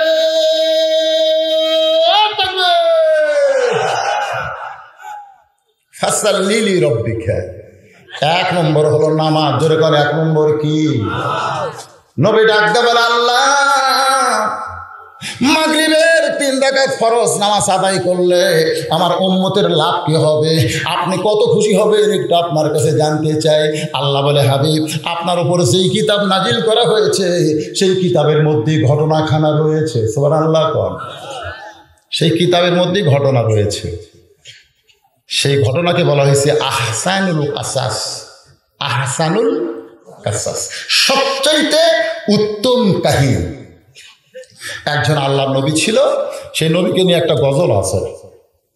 ইয়াকুব নবী বাস করিতে কেনানে, সবার চাইতে ভালোবাসতে ইউসুফকে। আচ্ছা, এই গজলটা আপনারা কবে পারেন না? না পারলে হো হো করবেন, দেখবেন হো হো করার মধ্যেও কিন্তু একটা মজা আছে। আমার দাদা ছোটবেলা দেখছে যে দড়ি কি কয়, পাট দিয়ে দড়ি পাকায়, পাকা চল না আগে। আমার দাদাই বর্ষাকালে দড়ি পাকা থাকে। দড়ির খুব খুব গরিব মানুষ আসলে তো, এই বর্ষাকালে দড়ি পাকায়, সেটা আবার বাজারে বিক্রি করতো আমার দাদা। আমি সেই দাদার লাতি। তো দাদাই দড়ি পাকাতে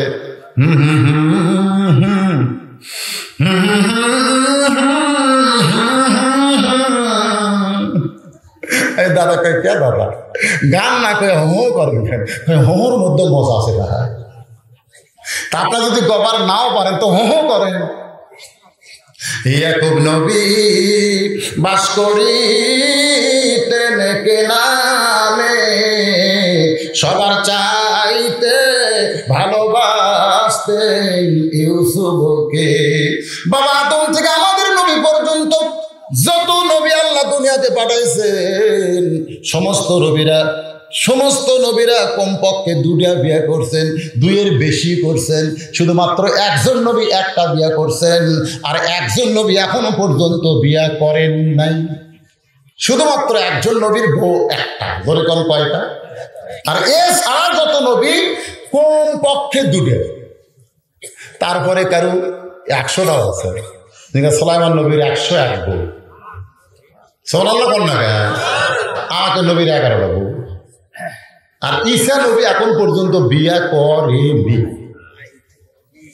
ঈসা নবীর বিয়া হবে পারে, আল্লাহ যদি চায় আমাদেরকে সেই বিয়ার বরযাত্রী করতে পারে।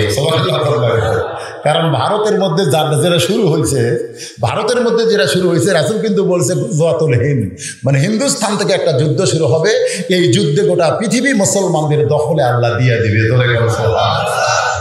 মোটামুটি একটা এই মুভি সরকার দিয়ে আমার মনে হয় শুরু হবে, বেশি দিন আর নাই। এখন থেকে আমাদের সাইল হওয়া লাগবে। জোরে কথা ঠিক। 1টা বিয়ে করছে শুধু আদম আলাইহিস সালাম, 1 বউ। ধরে কোন কয় বউ? এখনো পর্যন্ত 1টাও বিয়ে করে নাই, তার নাম হলো ঈসা আলাইহিস সালাম। এছাড়া যত নবী কমপক্ষে 2টা, 2-এর বেশি করেছে কিন্তু কমপক্ষে 2টা। এজন্য আল্লাহ কোরআনে যেখানে বিয়ের আয়াত দিয়েছেন সেখানে 2 দিয়া শুরু করছেন। যেখানে কোরআনে বিয়ের আয়াত আছে, বিয়ের আয়াত কোরআনে নাই, সেখানে আল্লাহ বলেছে মাসনা, 2টা বিয়ে করো। কয়টা? 2টা বিয়ে করো। কারণ 2টা বিয়ে করলে একটা মরদ মানুষের মজা আছে। কেমনে মজা? এক বউ যদি খিটমিট করে, তখন করবেন তুই থাক, আমি ওটার কাছে গেলাম। যেই বলবেন তুই থাক, ওটার কাছে গেলাম, ওই দৌড়ে এসে বলবে যা পাবেন তাই। 2 বিয়ে করলে যে কি মজা ভাই, তারা করেনি, তারা বুঝবে না। এই জন্য আল্লাহ প্রথম 2 দিয়ে বলছে 2টা কর, সালাসা 3টা কর, রোবা 4টা কর, না পারলে ওয়াহিদ 1টা দিয়ে থাক। যারা না পারো তারকে কয়টা? মানে আমরা পারি না দেখে আমাকে 1টা। আমরা দূর বলে 1টাকে ঠিক মতো সাইজ করে পারি না। যতক্ষণ বাড়ির থাকি ততক্ষণ বউ থাকে, যেই বাড়ির বাইরে যায় গোটা পাড়া ঘুরে বেড়ায়। ধরে কোন কথা ঠিক কিনা? স্বামী যতক্ষণ বাড়ি থাকে ততক্ষণ দেখবেন কতগুলো বউ সবসময় ঘোমটা দিয়ে থাকে। স্বামী মনে করে আল্লাহ আমাকে রাবিয়া বসে দিয়েছে, আমার ঘর তো আল্লাহ ফাতেমা দিছে রে। কিন্তু যে স্বামী তারা সব যায় ওই গোটা পাড়া ঘরে অনেক মেয়ে মানুষকে খবর কি করে মরদ বাড়ি নাই, মরদ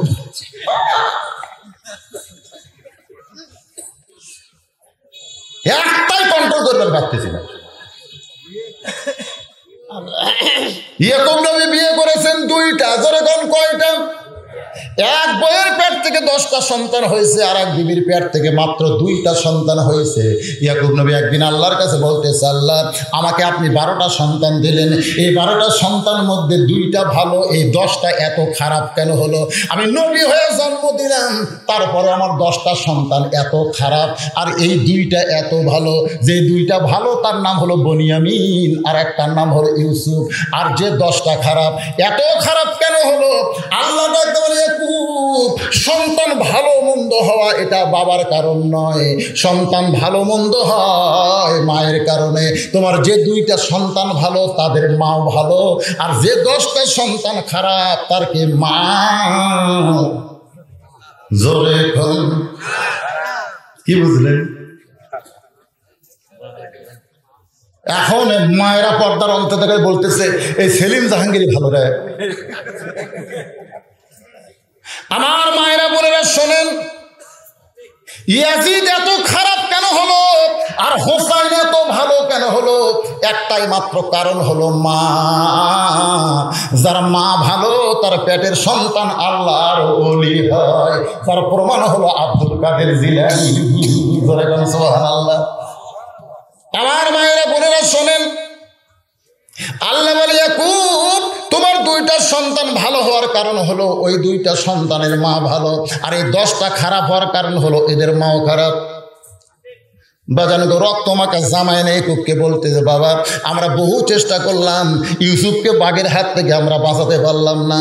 ও বাবা ইউসুফকে বাঘে খাইছে বাবা, কিন্তু জামাটা আপনার কাছে ফেরত দিলাম। ইয়াকুব নবী চিন্তা করে এই জামা যদি আমার ইউসুফকে বাঘে খায় তাহলে জামার বহু জায়গায় ছিঁড়া ছিটা যাবে, কারণ বাঘ আগে ধরলে তো ইউসুফকে ধরবে না, আগে জামা ধরবে। ধরে কোন কথা ঠিক কিনা? কিন্তু জামার মধ্যে রক্ত আছে, জামার ছিঁড়া ছুটা নাই। ইউসুফকে বাঘে খাইছে। যে কথা আমার 10টা সন্তান বলতেছে এই কথাগুলো সত্য, কথাগুলো সত্য নয়, কিন্তু ইয়াকুব নবী জবান খুলতে পারতেছে না। চিন্তা করে এই কথাগুলো সত্য নয়, যদি আমি এখন বলি তাহলে এরা যা করছে তার চাইতে খারাপ কিছু করবে। এজন্য ইউসুফ নবী হিকমতে জবান বন্ধ করলেন। আজও বাংলার মুসলমানেরা জানে যে আলিমদেরকে ধরে জেলের মধ্যে বন্দি করে রাখছে এদের কোনো দোষ নাই, এদের কোনো দোষ নাই, কিন্তু জবান খুলবার পারতেছে না। ধরে কোন কথা ঠিক না? আপনারা বলেন তো যে হুজুরগুলো ধরে, এই যে মামুনুল হক ধরছে, আব্দুর রহিম আল মাদানিক ধরছে, খালেদ সাইফুল্লাহ আইবিক ধরছে। খালেদ সাইফুল্লাহ আইবি এই জীবনে একটা কড়া কথা কইতে পারে? এত ঠান্ডা মেজাজের একটা হুজুর তাকে ধরে। তা আপনারা কি জানেন না যে এগুলোর একটা দোষ নাই? কিন্তু এখনই যদি এরকম বার করার আন্দোলন করেন খেপে দেয় আরো বেশি কেস লাগাই দিবি। ধরে কোন কথা ঠিক কিনা? এই জন্য জবান বন্ধ রেখে যা করা যায়। ইয়াকুব নবী জবান বন্ধ করে ওই রক্তমাখা জামা নিয়ে ঘরের মধ্যে গিয়ে যার সঙ্গে যোগাযোগ করলে কাজ হবে, কোন উকিল কোন ব্যারিস্টার নয়, সরাসরি বাদশার বাদশাহ, বিচারকের বিচারক হলো আমার আল্লাহ। ইয়াকুব নবী ঘরের মধ্যে গিয়ে রক্তমাখা জামা নিয়ে বলতেছে, আল্লাহ আমার ইউসুফকে যেখানেই তুমি রাখছো আল্লাহ তুমি হেফাজত করো। আপনারা বলেন তো বাবা যদি দোয়া করে সন্তানের জন্যে দোয়া কবুল হয় কি হয় না? হয় না? এটা কোন বাবা? তাই বলে মনে করেন না যে সব বাবা। ওই যে একটা বক্তা আছে তো বাবার কোনো হিসাব নেই, একটা বক্তা নাই আল্লাহরে ধন নবীরে দিয়া, আল্লাহ আছে গায়েব হইয়া নবীরে ধন খাজানিয়া, শুয়া আছে আজমিরে কেউ ফিরে না খালি হাতে, বাবারে তোর দরবারে কানা বাবা, ন্যাংরা বাবা, বস্তা বাবা, ঘোড়া বাবা, খালি বাবা। শুধুমাত্র জন্ম দেওয়া বাবা ছাড়া আর কোন বাবার দোয়া সন্তানের ব্যাপারে কবুল হওয়ার কোনো গ্যারান্টি নাই। শ্বশুর যদি সারা জীবন দোয়া করে আল্লাহ আমার জামাইকে তুমি, আল্লাহ কবুল করতেও পারে নাও পারে। আর বাবা যদি দোয়া করে আল্লাহ আমার সন্তানকে তুমি কবুল করো, বলার সঙ্গে সঙ্গে আল্লাহ কবুল করে নেয়। এই বলে আল্লাহ কোরআনে বললেন ওয়াকাযা রাব্বুকা আল্লা তা'বুদু ইল্লা ইয়্যাহু ওয়া বিল ওয়ালিদাইনি ইহসানান। রে দুনিয়ার সন্তানেরা, আমি আল্লাহর ইবাদতের পর তোমাদের 2 নম্বর দায়িত্ব হলো বাপ মার প্রতি ইহসান করা, দয়া করা, ভক্তি করা। সুবহানাল্লাহ বলেন না কে? বাপ মা যাদের মারা গেছে, বাপ মার কবরে 5 ওয়াক্ত নামাজে রব্বির হামহুমা কামা রব্বায়ানি সগীরা বলে দোয়া করবে। আর জুমার দিনে ফজরের নামাজ পড়ে বাবার কবরের পাশে যাবে, সন্তানের চোখের পানিতে বাবার কবরকে আল্লাহ জান্নাতের টুকরা বানায় দিবে। মরে গেছে ওই যে জঙ্গল থুয়াচ্ছেন, আর খেয়াল আছে? আরে আপনারা আমার যারা দাওয়াত দিবার গেছেন, যারা গেছে আমার বাড়ির আঙ্গিনাত, আমার বাড়ির আঙ্গিনাত মসজিদের পাশে আমার বাপের কবর দিছি। আমি যত রাত্রি ওয়াজ করে যাই গেট খুলে আব্বা কাকে সালাম দিই, মানে গেট খুললি আমার বাপের কবর, আসসালামু আলাইকুম হালাল কবর, আব্বা কেমন আছেন? যত রাতি যাই আব্বা সালাম দিয়ে ঘরের মধ্যে যাই, আবার যখন ওয়াজত বাড়াই তখন বাপক সালাম দেয়। এই জন্য কবর লুকানো জায়গাত না রেখে রাস্তার পাশে সম্মিলিত গোরস্থান করবেন। প্রত্যেকটা মানুষ রাস্তায় যাওয়ার সময় যেন বলতে পারে আসসালামু আলাইকুম ইয়া আহলাল কুবুর, এই গোরস্থানে তারা আছে, আল্লাহ সকলের প্রতি রহমত বর্ষণ করো। এমন এক জায়গার গোরস্থান হতে খালি শিয়াল যায়, কুত্তা যায়, মানুষ যায় না। ধরে কোন কথা ঠিক কি? আপনি যেই বাড়িতে থাকতে পারবেন না, 3 তলা 4 তলা বাড়ি করছেন, থাকার কোনো গ্যারান্টি নেই। আর যেই কবর আপনাকে 50,000 বছর থাকা লাগবে, সেই কবরে যাওয়ার রাস্তা নেই, সে গোরস্থানে যাওয়ার রাস্তা নেই। এটা থসে এমন এক জায়গা, কেউ মরলে তখন কহিলা রাস্তা দিয়ে লাশ নিয়ে যাওয়া, তাকে কি করবো? সবসময় তার মরতেছে না, মাঝে মধ্যে মরতেছে। কি ভাই মন খারাপ করতেছেন? মনে করেন আর এই ওয়াজই আপনাদের গ্রামে আমার শেষ ওয়াজ, এই ওয়াজ। আর হয়তো আমার সঙ্গে আপনাদের দেখার নাও হতে পারে, আপনাদের সঙ্গে আমার দেখার নাও হতে পারে। এই জন্যে এই কবরের কথাটা বললাম ভাই, যে মনে কষ্ট নেই না। প্রত্যেকটা ধাপে ধাপে আমরা মৃত্যুর দিকে হাঁটতেছি। জোরে কোন কথা ঠিক নেই। আল্লাহ দোয়া কবুল করলেন। কতগুলো বণিক যাচ্ছে ব্যবসা করতে, যাওয়ার সময় পিপাসা লাগছে, কূপের কাছে এসে তাকায় দেখে পানির উপরে হাত পাও বান্ধা পূর্ণিমার চাঁদের মতো সুন্দর একটা বাচ্চা পড়ে আছে। পানি পান না করে বাচ্চাকে তোলার জন্য তারা ব্যস্ত হলো। বাচ্চা তোলার পরে হাত পায়ের গিফটটাকে বাঁধন খুলে দিল। খুলে দেওয়ার পরে সবাই বলতেছে আমি নিব, আমি নিব, আমি নিব। বণিকের সর্দার বলে সবাই যদি একটা বাচ্চারে নিবার চাও তাহলে টুকরা টুকরা করে নেওয়া লাগবে। টুকরা টুকরা করে নিয়ে লাভটা কি? তাহলে চলো একে বিক্রি করি, বিক্রি করে যেই টাকা পাবো সেই টাকা সকলে মিলে আমরা বন্টন করে নেব। ইউসুফকে বিক্রি করলেন, যিনি কিনলেন তার নাম হলো জুলাইখা, স্বামীর নাম হলো আজিজ মিসর। বলে তার স্বামীর নাম কি? এই জুলাইখার কোনো সন্তান হচ্ছিল না। বিয়ে হওয়ার পরে সন্তান হিসেবে লালন পালন করতে গিয়া এক সময় ইউসুফের চেহারার দিকে যেই মাত্র তাকাই দেখতেছে ইউসুফ একজন পুরুষ। আসলে কতগুলো বাচ্চা নাবালক যতদিন থাকে ছেলে মেয়ে বোঝা কঠিন। আল্লাহ জানে যে এই বয়সে এরকম থোয়াই ভালো। এই জন্যে কোনো আপনার কেউ না, এরকম কোনো নাবালেক বাচ্চা আপনার সাথে একই ল্যাপের তলে রাখা জায়েজ। কথা কয় না জায়েজ? কারণ ওর দাড়ি নেই, মোচ নাই, ওর ঢপ নেই মানুষের মতন। জোরে কথা ঠিক কিনা? মিন শারিল ওয়াসওয়াসিল খান্নাস, শয়তান হয়তো ধোঁকা দিবার পারে। টেস্ট কর। হাসতেছেন কেন ভাই রে? দাড়ি মোচ নাই, ওই জীবনেও বালিক হওয়ার পারল না রে। রে এই অশ্বিনের যুবকের এই সকালে দাড়ি মোজ দুটাই কামাছে, একটা কামা তাও মরদ মানুষের মতন দেখা যাবে। মোচও কামাছে, দাড়িও কামাছে, বইয়ের মোশান সেই খারাপ। অনেকদিন তাই চিন্তা করতেছে এই মর্দকে হেদামত করা লাগবে। কারণ স্বামীর যদি দাড়ি থাকে, স্বামীর যদি মাথার টুপি থাকে, সেই বউ জানে ওই স্বামী আমার এক লাখ। ওর দিকে কেউ তাকাবি না, তাকালেও চাচা হিসাবে তাকাবে। এই দিনে দাড়িওয়ালাকে সবাই বলে, মেয়েরা কয় চাচা কেমন আছে, চাচা করলে আর ভিতরে কোনো খামোশ থাকে, বাবা চাচা রে। আর যদি কয় ভাই, হ্যাঁ, তো বউ চিন্তা করতেছে আমার স্বামী তো সবসময় খালি দাড়ি মোছ চাচিয়া থাকে। অনেক মেয়ে মানুষ মনে করে বিয়েই করেনি, তো একটু শিক্ষা দেওয়া লাগবে। স্বামী ডাকতেছে, আসো তো তোমাকে একটা ভেলকি দেখায়। বলে কি? ড্রেসিং টেবিলের সামনে। স্বামীকে নিয়ে দেয়, বলতেছে দেখো তোমার মুখ আর আমার মুখ একই মুখ, তোমারও দাড়ি নাই মোছ নাই, আমারও দাড়ি মোছ নাই। আল্লাহ যদি আমার দাড়ি দিত, এখানে যদি দাড়ি হতো মোছ হতো। স্বামী গাইছি মেয়ে মানুষের কোনোদিন দাড়ি মোছ হয়? বউ এই মরো, মেয়ে মানুষের দাড়ি মোছ হলে যেমন খারাপ লাগে, মরদ মানুষ দাড়ি মোছ কামালে একই খারাপ লাগে। কথা কন না কেন, কথা কন না কেন? যদি এই উত্তর মথুরাপুরে আমাকে আবার সামনে দাওয়াত দিবার চান, তাহলে আসে তার এই যুবকের মুখত আমি দাড়ি দেখি।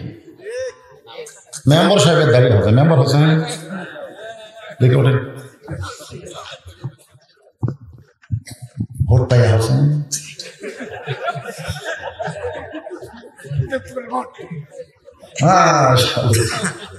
ভোট পাই মেম্বার হোসেন। শুধুমাত্র এই গ্রামের মেম্বার নয়, আল্লাহকে জান্নাতের মেম্বার হিসেবে কবুল করুন। আমি যে খেদমত করার জন্য আল্লাহ দায়িত্ব দিছে, আমি বলবো জনগণের টাকা পয়সা দিয়ে খুশি করা যায় না।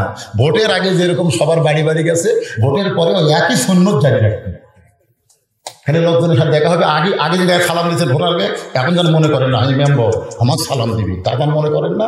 ওই আগেও যা পরেও তাই, জীবনেও মেম্বার থেকে নামাতে পারবি না।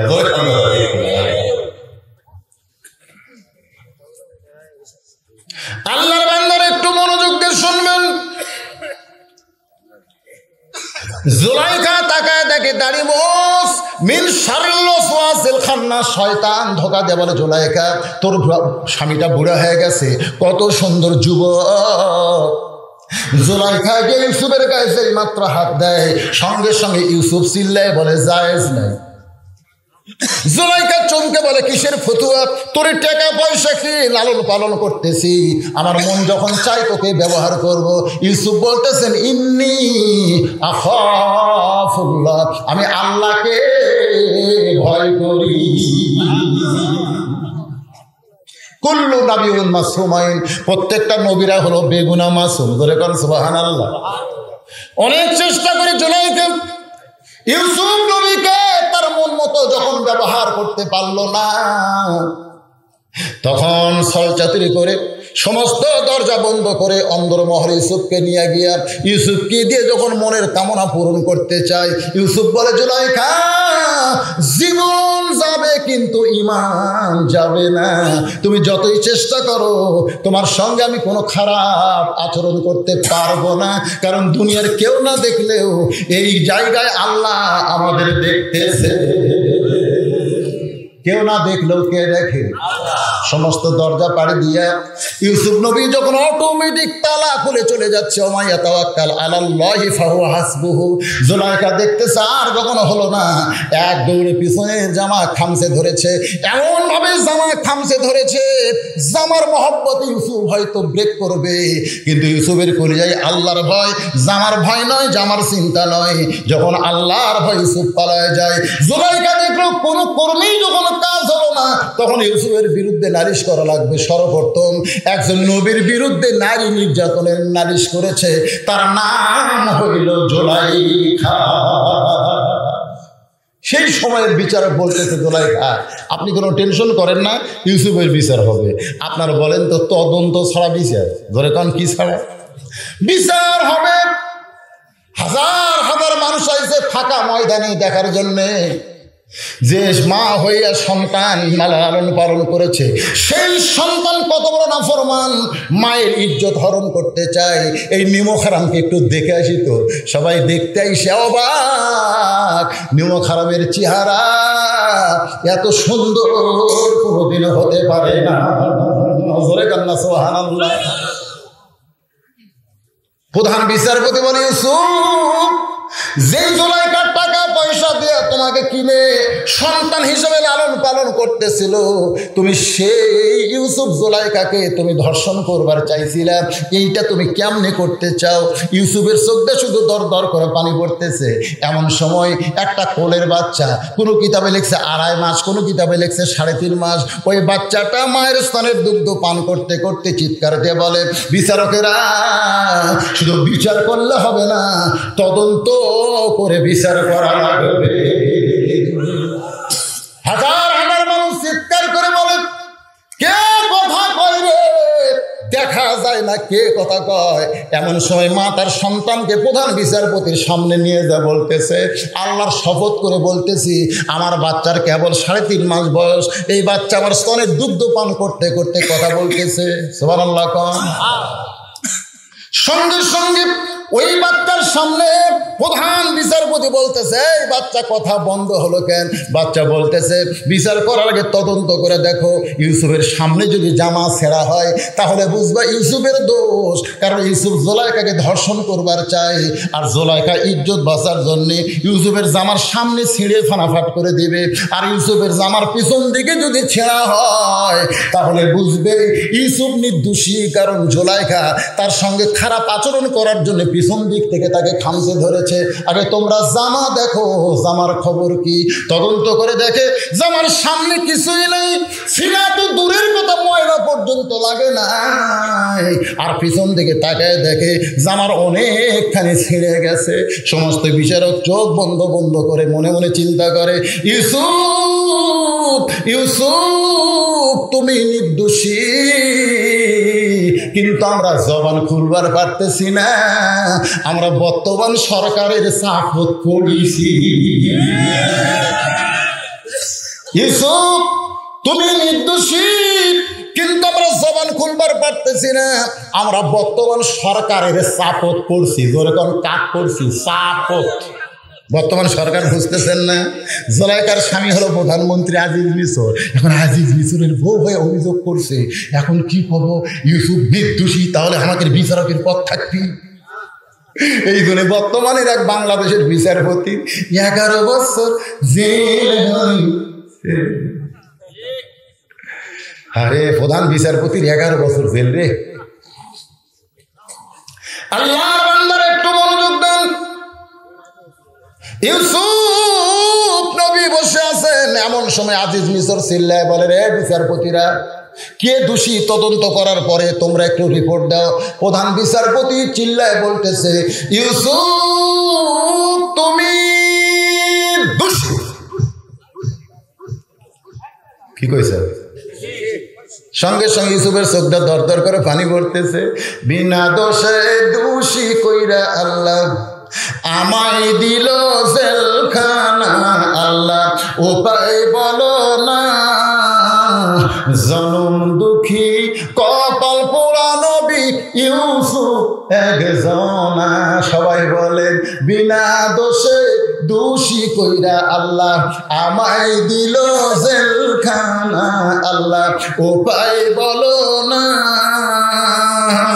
জনম দুঃখী কপাল পোড়া নবী ইউসুফ একজনা। আল্লাহ বলে, ইউসুফ রে, কোন দোষী মানুষকে জেলখানায় রাখলে বাইরের লোকেরা তার উপর খেপে যায়, আর কোন নির্দোষী মানুষকে যদি জেলখানায় রাখে বাইরের মানুষ দিন দিন তার কলিজার টুকরা হয়ে যায়।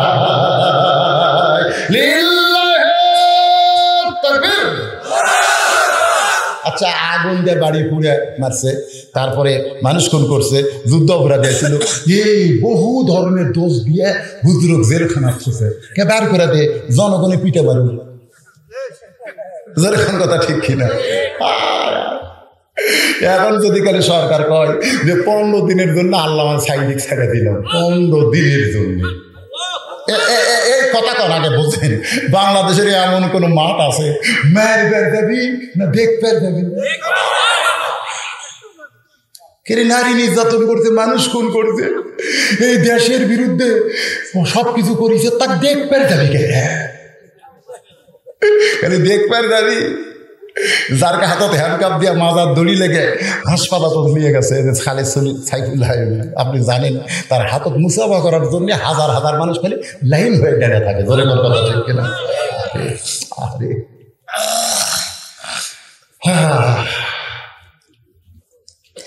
মাগরিবের 3 রাকাত নামাজ আমরা কেমনে পাইলাম? পড়লে কতটুকু লাভ? এরপরে এশার 4 রাকাত ফরজ, এই 2 ওয়াক্ত বলতে যদি আরো মাত্র 20 মিনিট লাগে, আপনাকে আপত্তি আছে? কেবল বাজতেছে 12টা 13 টাকা হালাল না, 2.5 ঘন্টা ওয়াজ হচ্ছে কি না? আমি তো বলবোই না, বলে যাবো নাকি? জীবনের শেষ ওয়াজ মনে করেই ওয়াজ করতেছি ভাইজান, কারণ যে কোনো সময় আমাদের মৃত্যু আছে না নাই? ধরে কোন আছে না নাই? আল্লাহর বান্দারা একটু মনোযোগ দিয়ে কথাগুলো শুনবেন। ইয়াকুব নবী ইউসুফের চিন্তায় ব্যাকুল হয়ে আছে, আর ইউসুফ আলাইহিস সালাম জেলখানা থেকে আল্লাহ তারে মুক্ত করে দিয়ে এক সময় মিশরের খাদ্যমন্ত্রী, এক সময় আল্লাহ তাআলা মিশরের প্রেসিডেন্ট বানায় দিয়েছে। যে 10 জন হাত পাও বাঁধে কুয়ার মধ্যে ফেলে দিছে, যে 10 জন হাত পাও বাঁধে কুয়ার মধ্যে ফেলে দিছে, পরাই 10 জন ইউসুফ নবীর সামনে দাঁড়ায় বলতেছে, আমাদের বাড়ি হলো কেনান দেশে, আমাদের বাড়ি হলো কেনান দেশে, আমাদের বাপের নাম হলো ইয়াকুব নবী, আমরা খাদ্যের অভাবে আপনার কাছে আইছি, মেহেরবানি করে আপনি একটু আমাদের খাবার ব্যবস্থা করেন, আমাদের দেশে একটু খাদ্য পাঠানোর ব্যবস্থা করেন। ইউসুফ আলাইহিস সালাম চমকে গেল, এরাই তো 10 জন আমার হাত পাও বাঁধে কুয়ার মধ্যে ফেলে দিছে, কুয়া কল না কূপ কল, আমি এতই কান্নাকাটি করছি, এদের কলিজাত কোনো দয়া হয়নি, এরাই 10 জন, এরাই 10 জন, এই 10টা আমি এত কান্নাকাটি করছি ভাই রে। এ ভাই আব্বা আমাকে বেশি দয়া করে বলে, তোরা আমাকে মেরে ফেলে দিস না ভাই, এই কুয়ার মধ্যে ফেলে দিব, কে দেখবি ভাই রে, দিনের পর দিন আমি পচে মরে যাবো ভাই, আমাকে ছাড়া দে, আমি অন্য দেশের যাবো। না, তোকে ছাড়া দেওয়া যাবে না। এত কান্দাকাটি করছি, তারপর হাত পাও বান্ধা তোরা আমার কুয়ার মধ্যে ফেলে দিস, আজকে আমি মিশরের প্রেসিডেন্ট, আজকে তোরকে 10 জনক আমি, আমার সৈন্য সামন্ত সব আছে, ক্ষমতার পাওয়ার আছে, 10টা সাইজ করবো। ইমান বলতেছে, ইউসুফ কি তুই কুটি আসিল, কুট থেকে কুটি আনু, ক্ষমতার মালিককে তুই। ইউসুফ 40 বছর আগেকার ঘটনা, খামাকা মনে করে জিজ্ঞাসা হইল না, বরং মাফ করে দাও। ইজা আনাসুরুল্লাহি ওয়াল ফাতহু ওয়া রাআইতান নাসা ইয়াদখুলুনা ফি দীনিল্লাহি আফওয়াজা ফাসাব্বিহ বিহামদি রাব্বিকা ওয়াস্তাগফির ইন্নাহু কানা তাওয়াবা। বলে, ইয়া রাসূলুল্লাহ, এই হিন্দা আপনার চাচা আমির হামদার কলিজা চাবা গেছে, আবু সুফিয়ার নেতৃত্বে উহুদের ময়দানে আপনার দান শহীদ হয়ে গেছে, আবু জেহেলের বেটা ইকরামা সেনাপতিত্ব করেছে। ইয়া রাসূলুল্লাহ, এই সমস্ত যুদ্ধপরাধীকে আমি হত্যা করতে চাই। আল্লাহ রাসূল বলেন, ওমর, যেই মক্কা থেকে একদিন মদিনায় হিজরত করেছি, গাড়ে সুরের মধ্যে আত্মগোপন করেছি, আল্লাহ সেই মক্কা আবার আমাদেরকে ফিরিয়ে দিয়েছে। আমরা এত বড় বিজয় অর্জন করেছি জিজ্ঞাসার জন্য নয়, বরং যারা না বুঝে আমাদের উপর অত্যাচার করেছে, ওই যুদ্ধ অপরাধীদেরকে আমি আল্লাহর হস্তে ক্ষমা করে দিলাম। ক্ষমা করে দেওয়াই হলো মহত্বের লক্ষ্য। ক্ষমা করে দে, যে 10 ভাই তোর হাত পাও বাঁধে কুয়ার মধ্যে ফেলে দিছে, ফেলে না দিলে তুই এই জায়গাটা আসতে পারত। তো খামাকা 40 বছর আগেকার ঘটনা তুলে মন খারাপ করিস কেন? বিয়ের রাত্রি এখন বইয়ের দিকে তাকায়, এত সুন্দরী বউ, না জানি বিয়ের আগে প্রেম করছে, এত সুন্দরী, আমি কালো, আর আমার বউ দেখতে এত ভালো, কি প্রেম করেনি? বউ হাত দিবার জাতি মন খালি কয় প্রেম করছে। ওই বউ ঘর থেকে বেড়া যায় ঘুরতেছে, বাপ মাও কয় কে এত সুন্দরী বউ, আর সেই বউ ঘর থেকে বেটা বেড়া ঘুরে গেছে। আচ্ছা বলতেছে কে বাবা বাহিরে কে? বলে আব্বা আমার বউ মনে হয় বিয়ার আগে প্রেম করছে, মনে হয় বিয়ার আগে প্রেম করছে। আর সেইটা মানে বিশ্বাস করে তুই বেড়া ঘুরতেছিস, তুই কি মরদ কেন?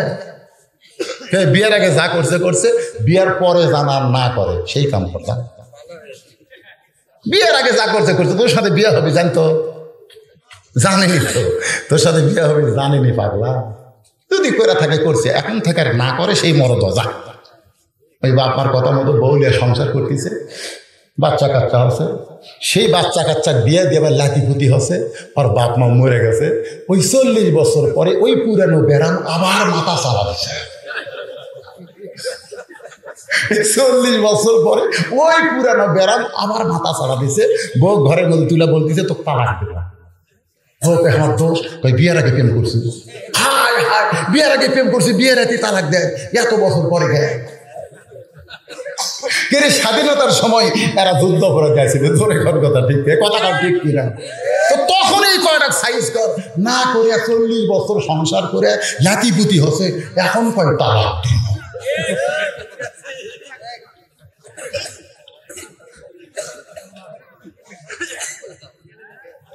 আল্লাহর বান্দারা একটু মনোযোগ দিয়ে শুনবেন। মাগরিবের 3 রাকাত, জোরে বলেন কয় রাকাত? 3 রাকাত নামাজ কেমনে পাইলাম এটা বোঝানোর জন্য বলতেছি। এখন 10 ভাইকে তো মাফ করে দিলেই দিল। ইয়াকুব নবী জানতে পারলো যে মিশরের প্রেসিডেন্ট সে আমার হারানো ইউসুফ, বলে কোন সুবহানাল্লাহ। বাবার সঙ্গে সন্তানের মিলন হবে, ওই দেখো ইউসুফ আসতেছে। ইয়াকুব কাঁদতে কাঁদতে অন্ধ হয়ে গেছিল, ওই জামা দিয়ে চোখে ঘষণ দেওয়ার কারণে চোখ আল্লাহ ফিরিয়ে দিল। যখন চোখটা ফিরিয়ে দিছে, ইউসুফ আসতেছে। ইউসুফের দিকে 2খানা হাত যখন বাড়ায় দেয়, এমন সময় আল্লাহ বলে ইন্নামা আমওয়ালুকুম ওয়া আওলাদুকুম ফিতনা। ইয়াকুব রে, সম্পদ আর সন্তান হলো মানুষের বিপদের কারণ।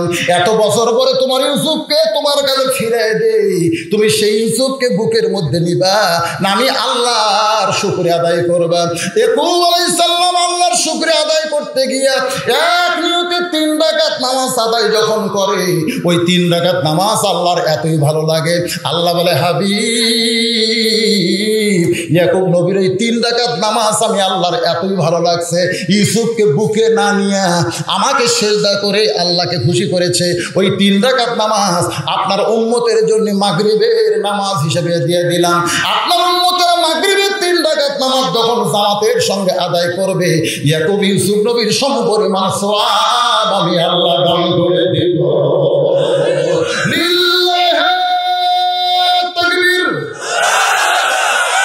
নবী ডাকতে বলে আল্লাহ, এশার 4 রাকাত ফরজ নামাজ আদায় করলে আমার উম্মতের কি হবে, লাভটা কতটুকু আমি একটু শুনবার চাই। আল্লাহ বলে হাবিব, আপনার আগে যেই নবীকে আমি দুনিয়াতে পাঠাইছিলাম সেই নবীর নাম হলো ঈসা। বাড়ির চারিধার ঘেরাও করছে ইহুদিরা কিন্তু মুসা নবী পর্যন্ত মানে, এরপরে ঈসা আমাকে নবী ইহুদিরা মানে না। আর খ্রিস্টানেরা ঈসা পর্যন্ত মানে, এরপরে আমাদের নবীকে খ্রিস্টানেরা কিন্তু মানে। আর মুসলমানেরা সব নবীকে মানে, আমাদের নবীকে আমল করে। ধরে কর কথা ঠিক কিনা? এই জন্যই তো ইসলাম শ্রেষ্ঠ। ইসলাম কোনো নবীকে অপমান করে না। আর এই শালা ইহুদি খ্রিস্টান এরা আমাকে নবী দেখতে পারে না। তো ঈসা আলাইহিস সালামের বাড়ি ঘেরাও করছে ইহুদিরা। ধরে কোন কারা? সমস্ত বীরেরা লাঠি সোটানে বাড়ির চারিদার ঘেরাও করছে। ঈসা আলাইহিস সালাম ঘরের মধ্যে কান্দের পায়, আল্লাহ যে হারে বাড়ি ঘেরাও করলো করি কি? আল্লাহ বলতেছে কোনো চিন্তা করেন না, আপনার ঘরের ছাদ ফাঁকা করে আমি আপনাকে আসমানে নিয়ে আসবো। সুবহানাল্লাহ। আল্লাহ ঘরের উপরে ছাদ ফাঁকা করে আসমানত নিয়ে গেছে। এইটাই তো মা ফাতেমা আমাকে নবী বলছিল যে বাবা ঈসা নবীকে আল্লাহ ভালোবাসে, চারিদিকে বাড়ি ঘেরাও করছে, আল্লাহ নিয়ে গেছে আসমানত, আর আপনি বাড়ি ঘেরাও করছে, ওরই মধ্যে দিয়ে আপনি যাওয়া লাগবে হিজরত করে। আল্লাহ কয় নবী কয় ফাতেমা, বিশ্ব নবী হওয়া এত সহজ না। তো এখন ঈসা আলাইহিস সালাম তো চলে গেছে, এখন ইহুদির যে বড় বীর, এই ঈসা দরজা খোল, ঈসা নবী আসে তাই দরজা খুলবে, লাত্তি দিয়া দরজা ভাঙ্গা ভিতরে যে খুঁজা পাই করে, ঈসা কোথায় রে, যে গোটা ভাই খুঁজা দেখে ঈসা নাই। আল্লাহ ইহুদি যে প্রথম ঢুকছে সেনাপতি, ওরই চেহারা ঈসা নবীর মতো করে দিছে, এখানে হুবাহু ঈসা। উনি এখন বাইরে আসে বলতে যে ভাই অনেক খুঁজলাম ঈসা নাই। তো বাইরে দাঁড়াচ্ছে এরা কই তুই কে, তুই তাহলে তো তোর সাথেরই বীর, এই মার, এই বলে মারা শুরু করছে। ভাই খ্রিস্টানেরা মনে করতেছে আমাদের নবী মারিছে, আসলে ঈসা আলাইহিস সালাম মারেনি, এখন বর্তমানে চতুর্থ আসমানে মশান মারতেছে। এই খ্রিস্টানেরা বিশ্বাসই করে না, ওরা ওদের ন্যাংটা করে একটা নবী দেখেন না, ন্যাংটা করে আছে, ন্যাংটা করে নবী উনকে ন্যাংটা হবি করে শালারা। আর নাম দিছে যিশু খ্রিস্ট, ওরকম কি দিছে যিশু। খ্রিস্টানরা মনে করে ইহুদিরা ঈসা আলাইহিস সালামকে হত্যা করেছে, কিন্তু মুসলমানেরা বিশ্বাস করে ঈসা নবীকে হত্যা করা হয় নাই, বর্তমানে চতুর্থ আসমানে রয়েছে। ওই চতুর্থ আসমানে যাওয়ার পরে ঈসা বলতেছে, আল্লাহ দুনিয়াতে মানুষ মরার জন্য যায়, আমার কি মৃত্যু হবে না? আল্লাহ বলে অবশ্যই মৃত্যু হবে। ঈসা বলে আল্লাহ আমার মৃত্যু কি চতুর্থ আসমানে হবে? আল্লাহ বলে ঈসা রে তোমার মৃত্যু দুনিয়াতেই হবে। ঈসা কান্দের বলে মাবুদ দুনিয়াতে আবার কবে নবী করে পাঠাবেন? আল্লাহ বলে নবী করে তোমাকে আর দুনিয়াতে পাঠাবো না, তোমাকে বিশ্ব নবীর উম্মত করে দুনিয়াতে পাঠাবো। সঙ্গে সঙ্গে ঈসা নবী বলতেছেন নবী না হয়ে দুনিয়ার, না হয়ে ফেরেশতা আল্লাহর হয়েছি উম্মত আপনার, তার তরে শুকর হাজার। বিশ্ব নবীর উম্মত হওয়ার কথা শুনে ঈসা নবী এক নিয়তে 4 রাকাত শুকরিয়া তার নামাজ পড়ে আল্লাহর কাছে বলে মাবুদ আমার নবী করে দুনিয়াতে পাঠাইছিলেন, আমি তেমন খুশি হতে পারি নাই, কিন্তু বিশ্ব নবীর উম্মত করে পাঠাবেন এই খুশিতে আপনার শুকরিয়া তার 4 রাকাত নামাজ পড়লাম। আল্লাহ ডাকতে বলে হাবিব ঈসা নবীর 4 রাকাত নামাজ আপনার উম্মতের জন্য এশার 4 রাকাত নামাজ হিসেবে কবুল করলাম। এশার 4 রাকাত নামাজ যখন জামাতে আদায় করবে ঈসা নবীর সমপরিমাণ সওয়াব আমি আল্লাহ দিয়ে দিব।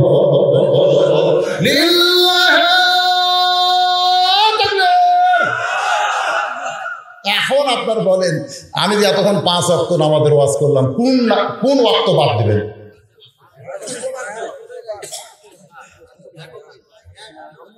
তো মসজিদ দোতলা করতে যায়, গাড়ি আটকে দেয়, বলে হুজুর টাকা দেন। কিসের টাকা?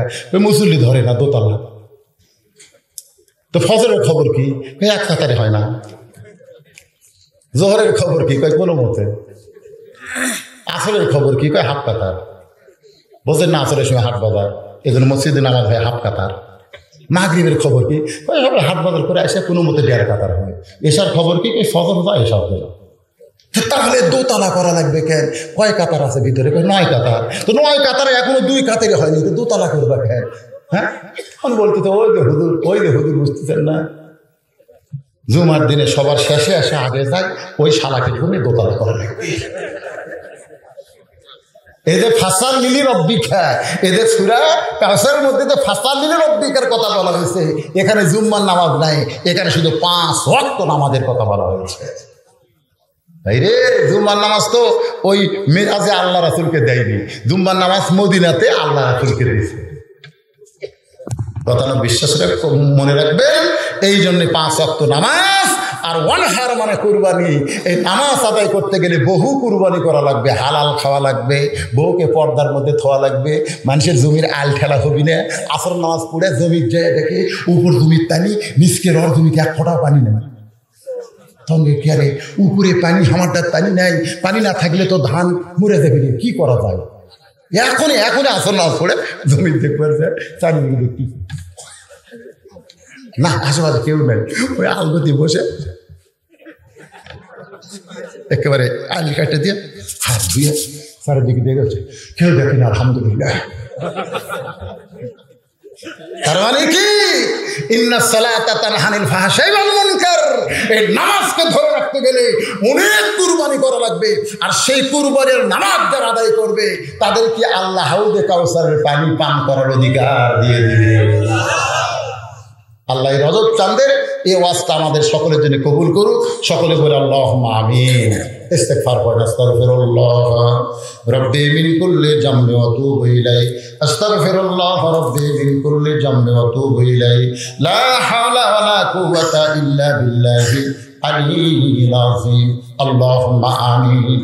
আল্লাহুম্মা আনতাস সালাম ওয়া মিনকাস সালাম, তাবারাকতা ইয়া যাল জালালি ওয়াল ইকরাম। আয় আল্লাহ তাআলা, 12:30 পর্যন্ত তোমার পাগল বান্দা বান্দিরা আরবের বাড়ি, আরবের ঘুমকে বাদ দিয়ে কোরআন হাদিসের মহব্বত কলিজার মধ্যে নিয়ে এই জান্নাতের বাগানে বসে বসে নামাজের ওয়াজ শোনার শেষে আমি গুনাহগারের সঙ্গে রহমতের দরজায় ফকির হয়ে দোকানা হাত তুলেছি। আল্লাহ মেহেরবানি করে আজকের মাহফিল আমাদের সকলের হেদায়েতের জন্য, নাজাতের জন্য, জান্নাতের জন্য কবুল করো।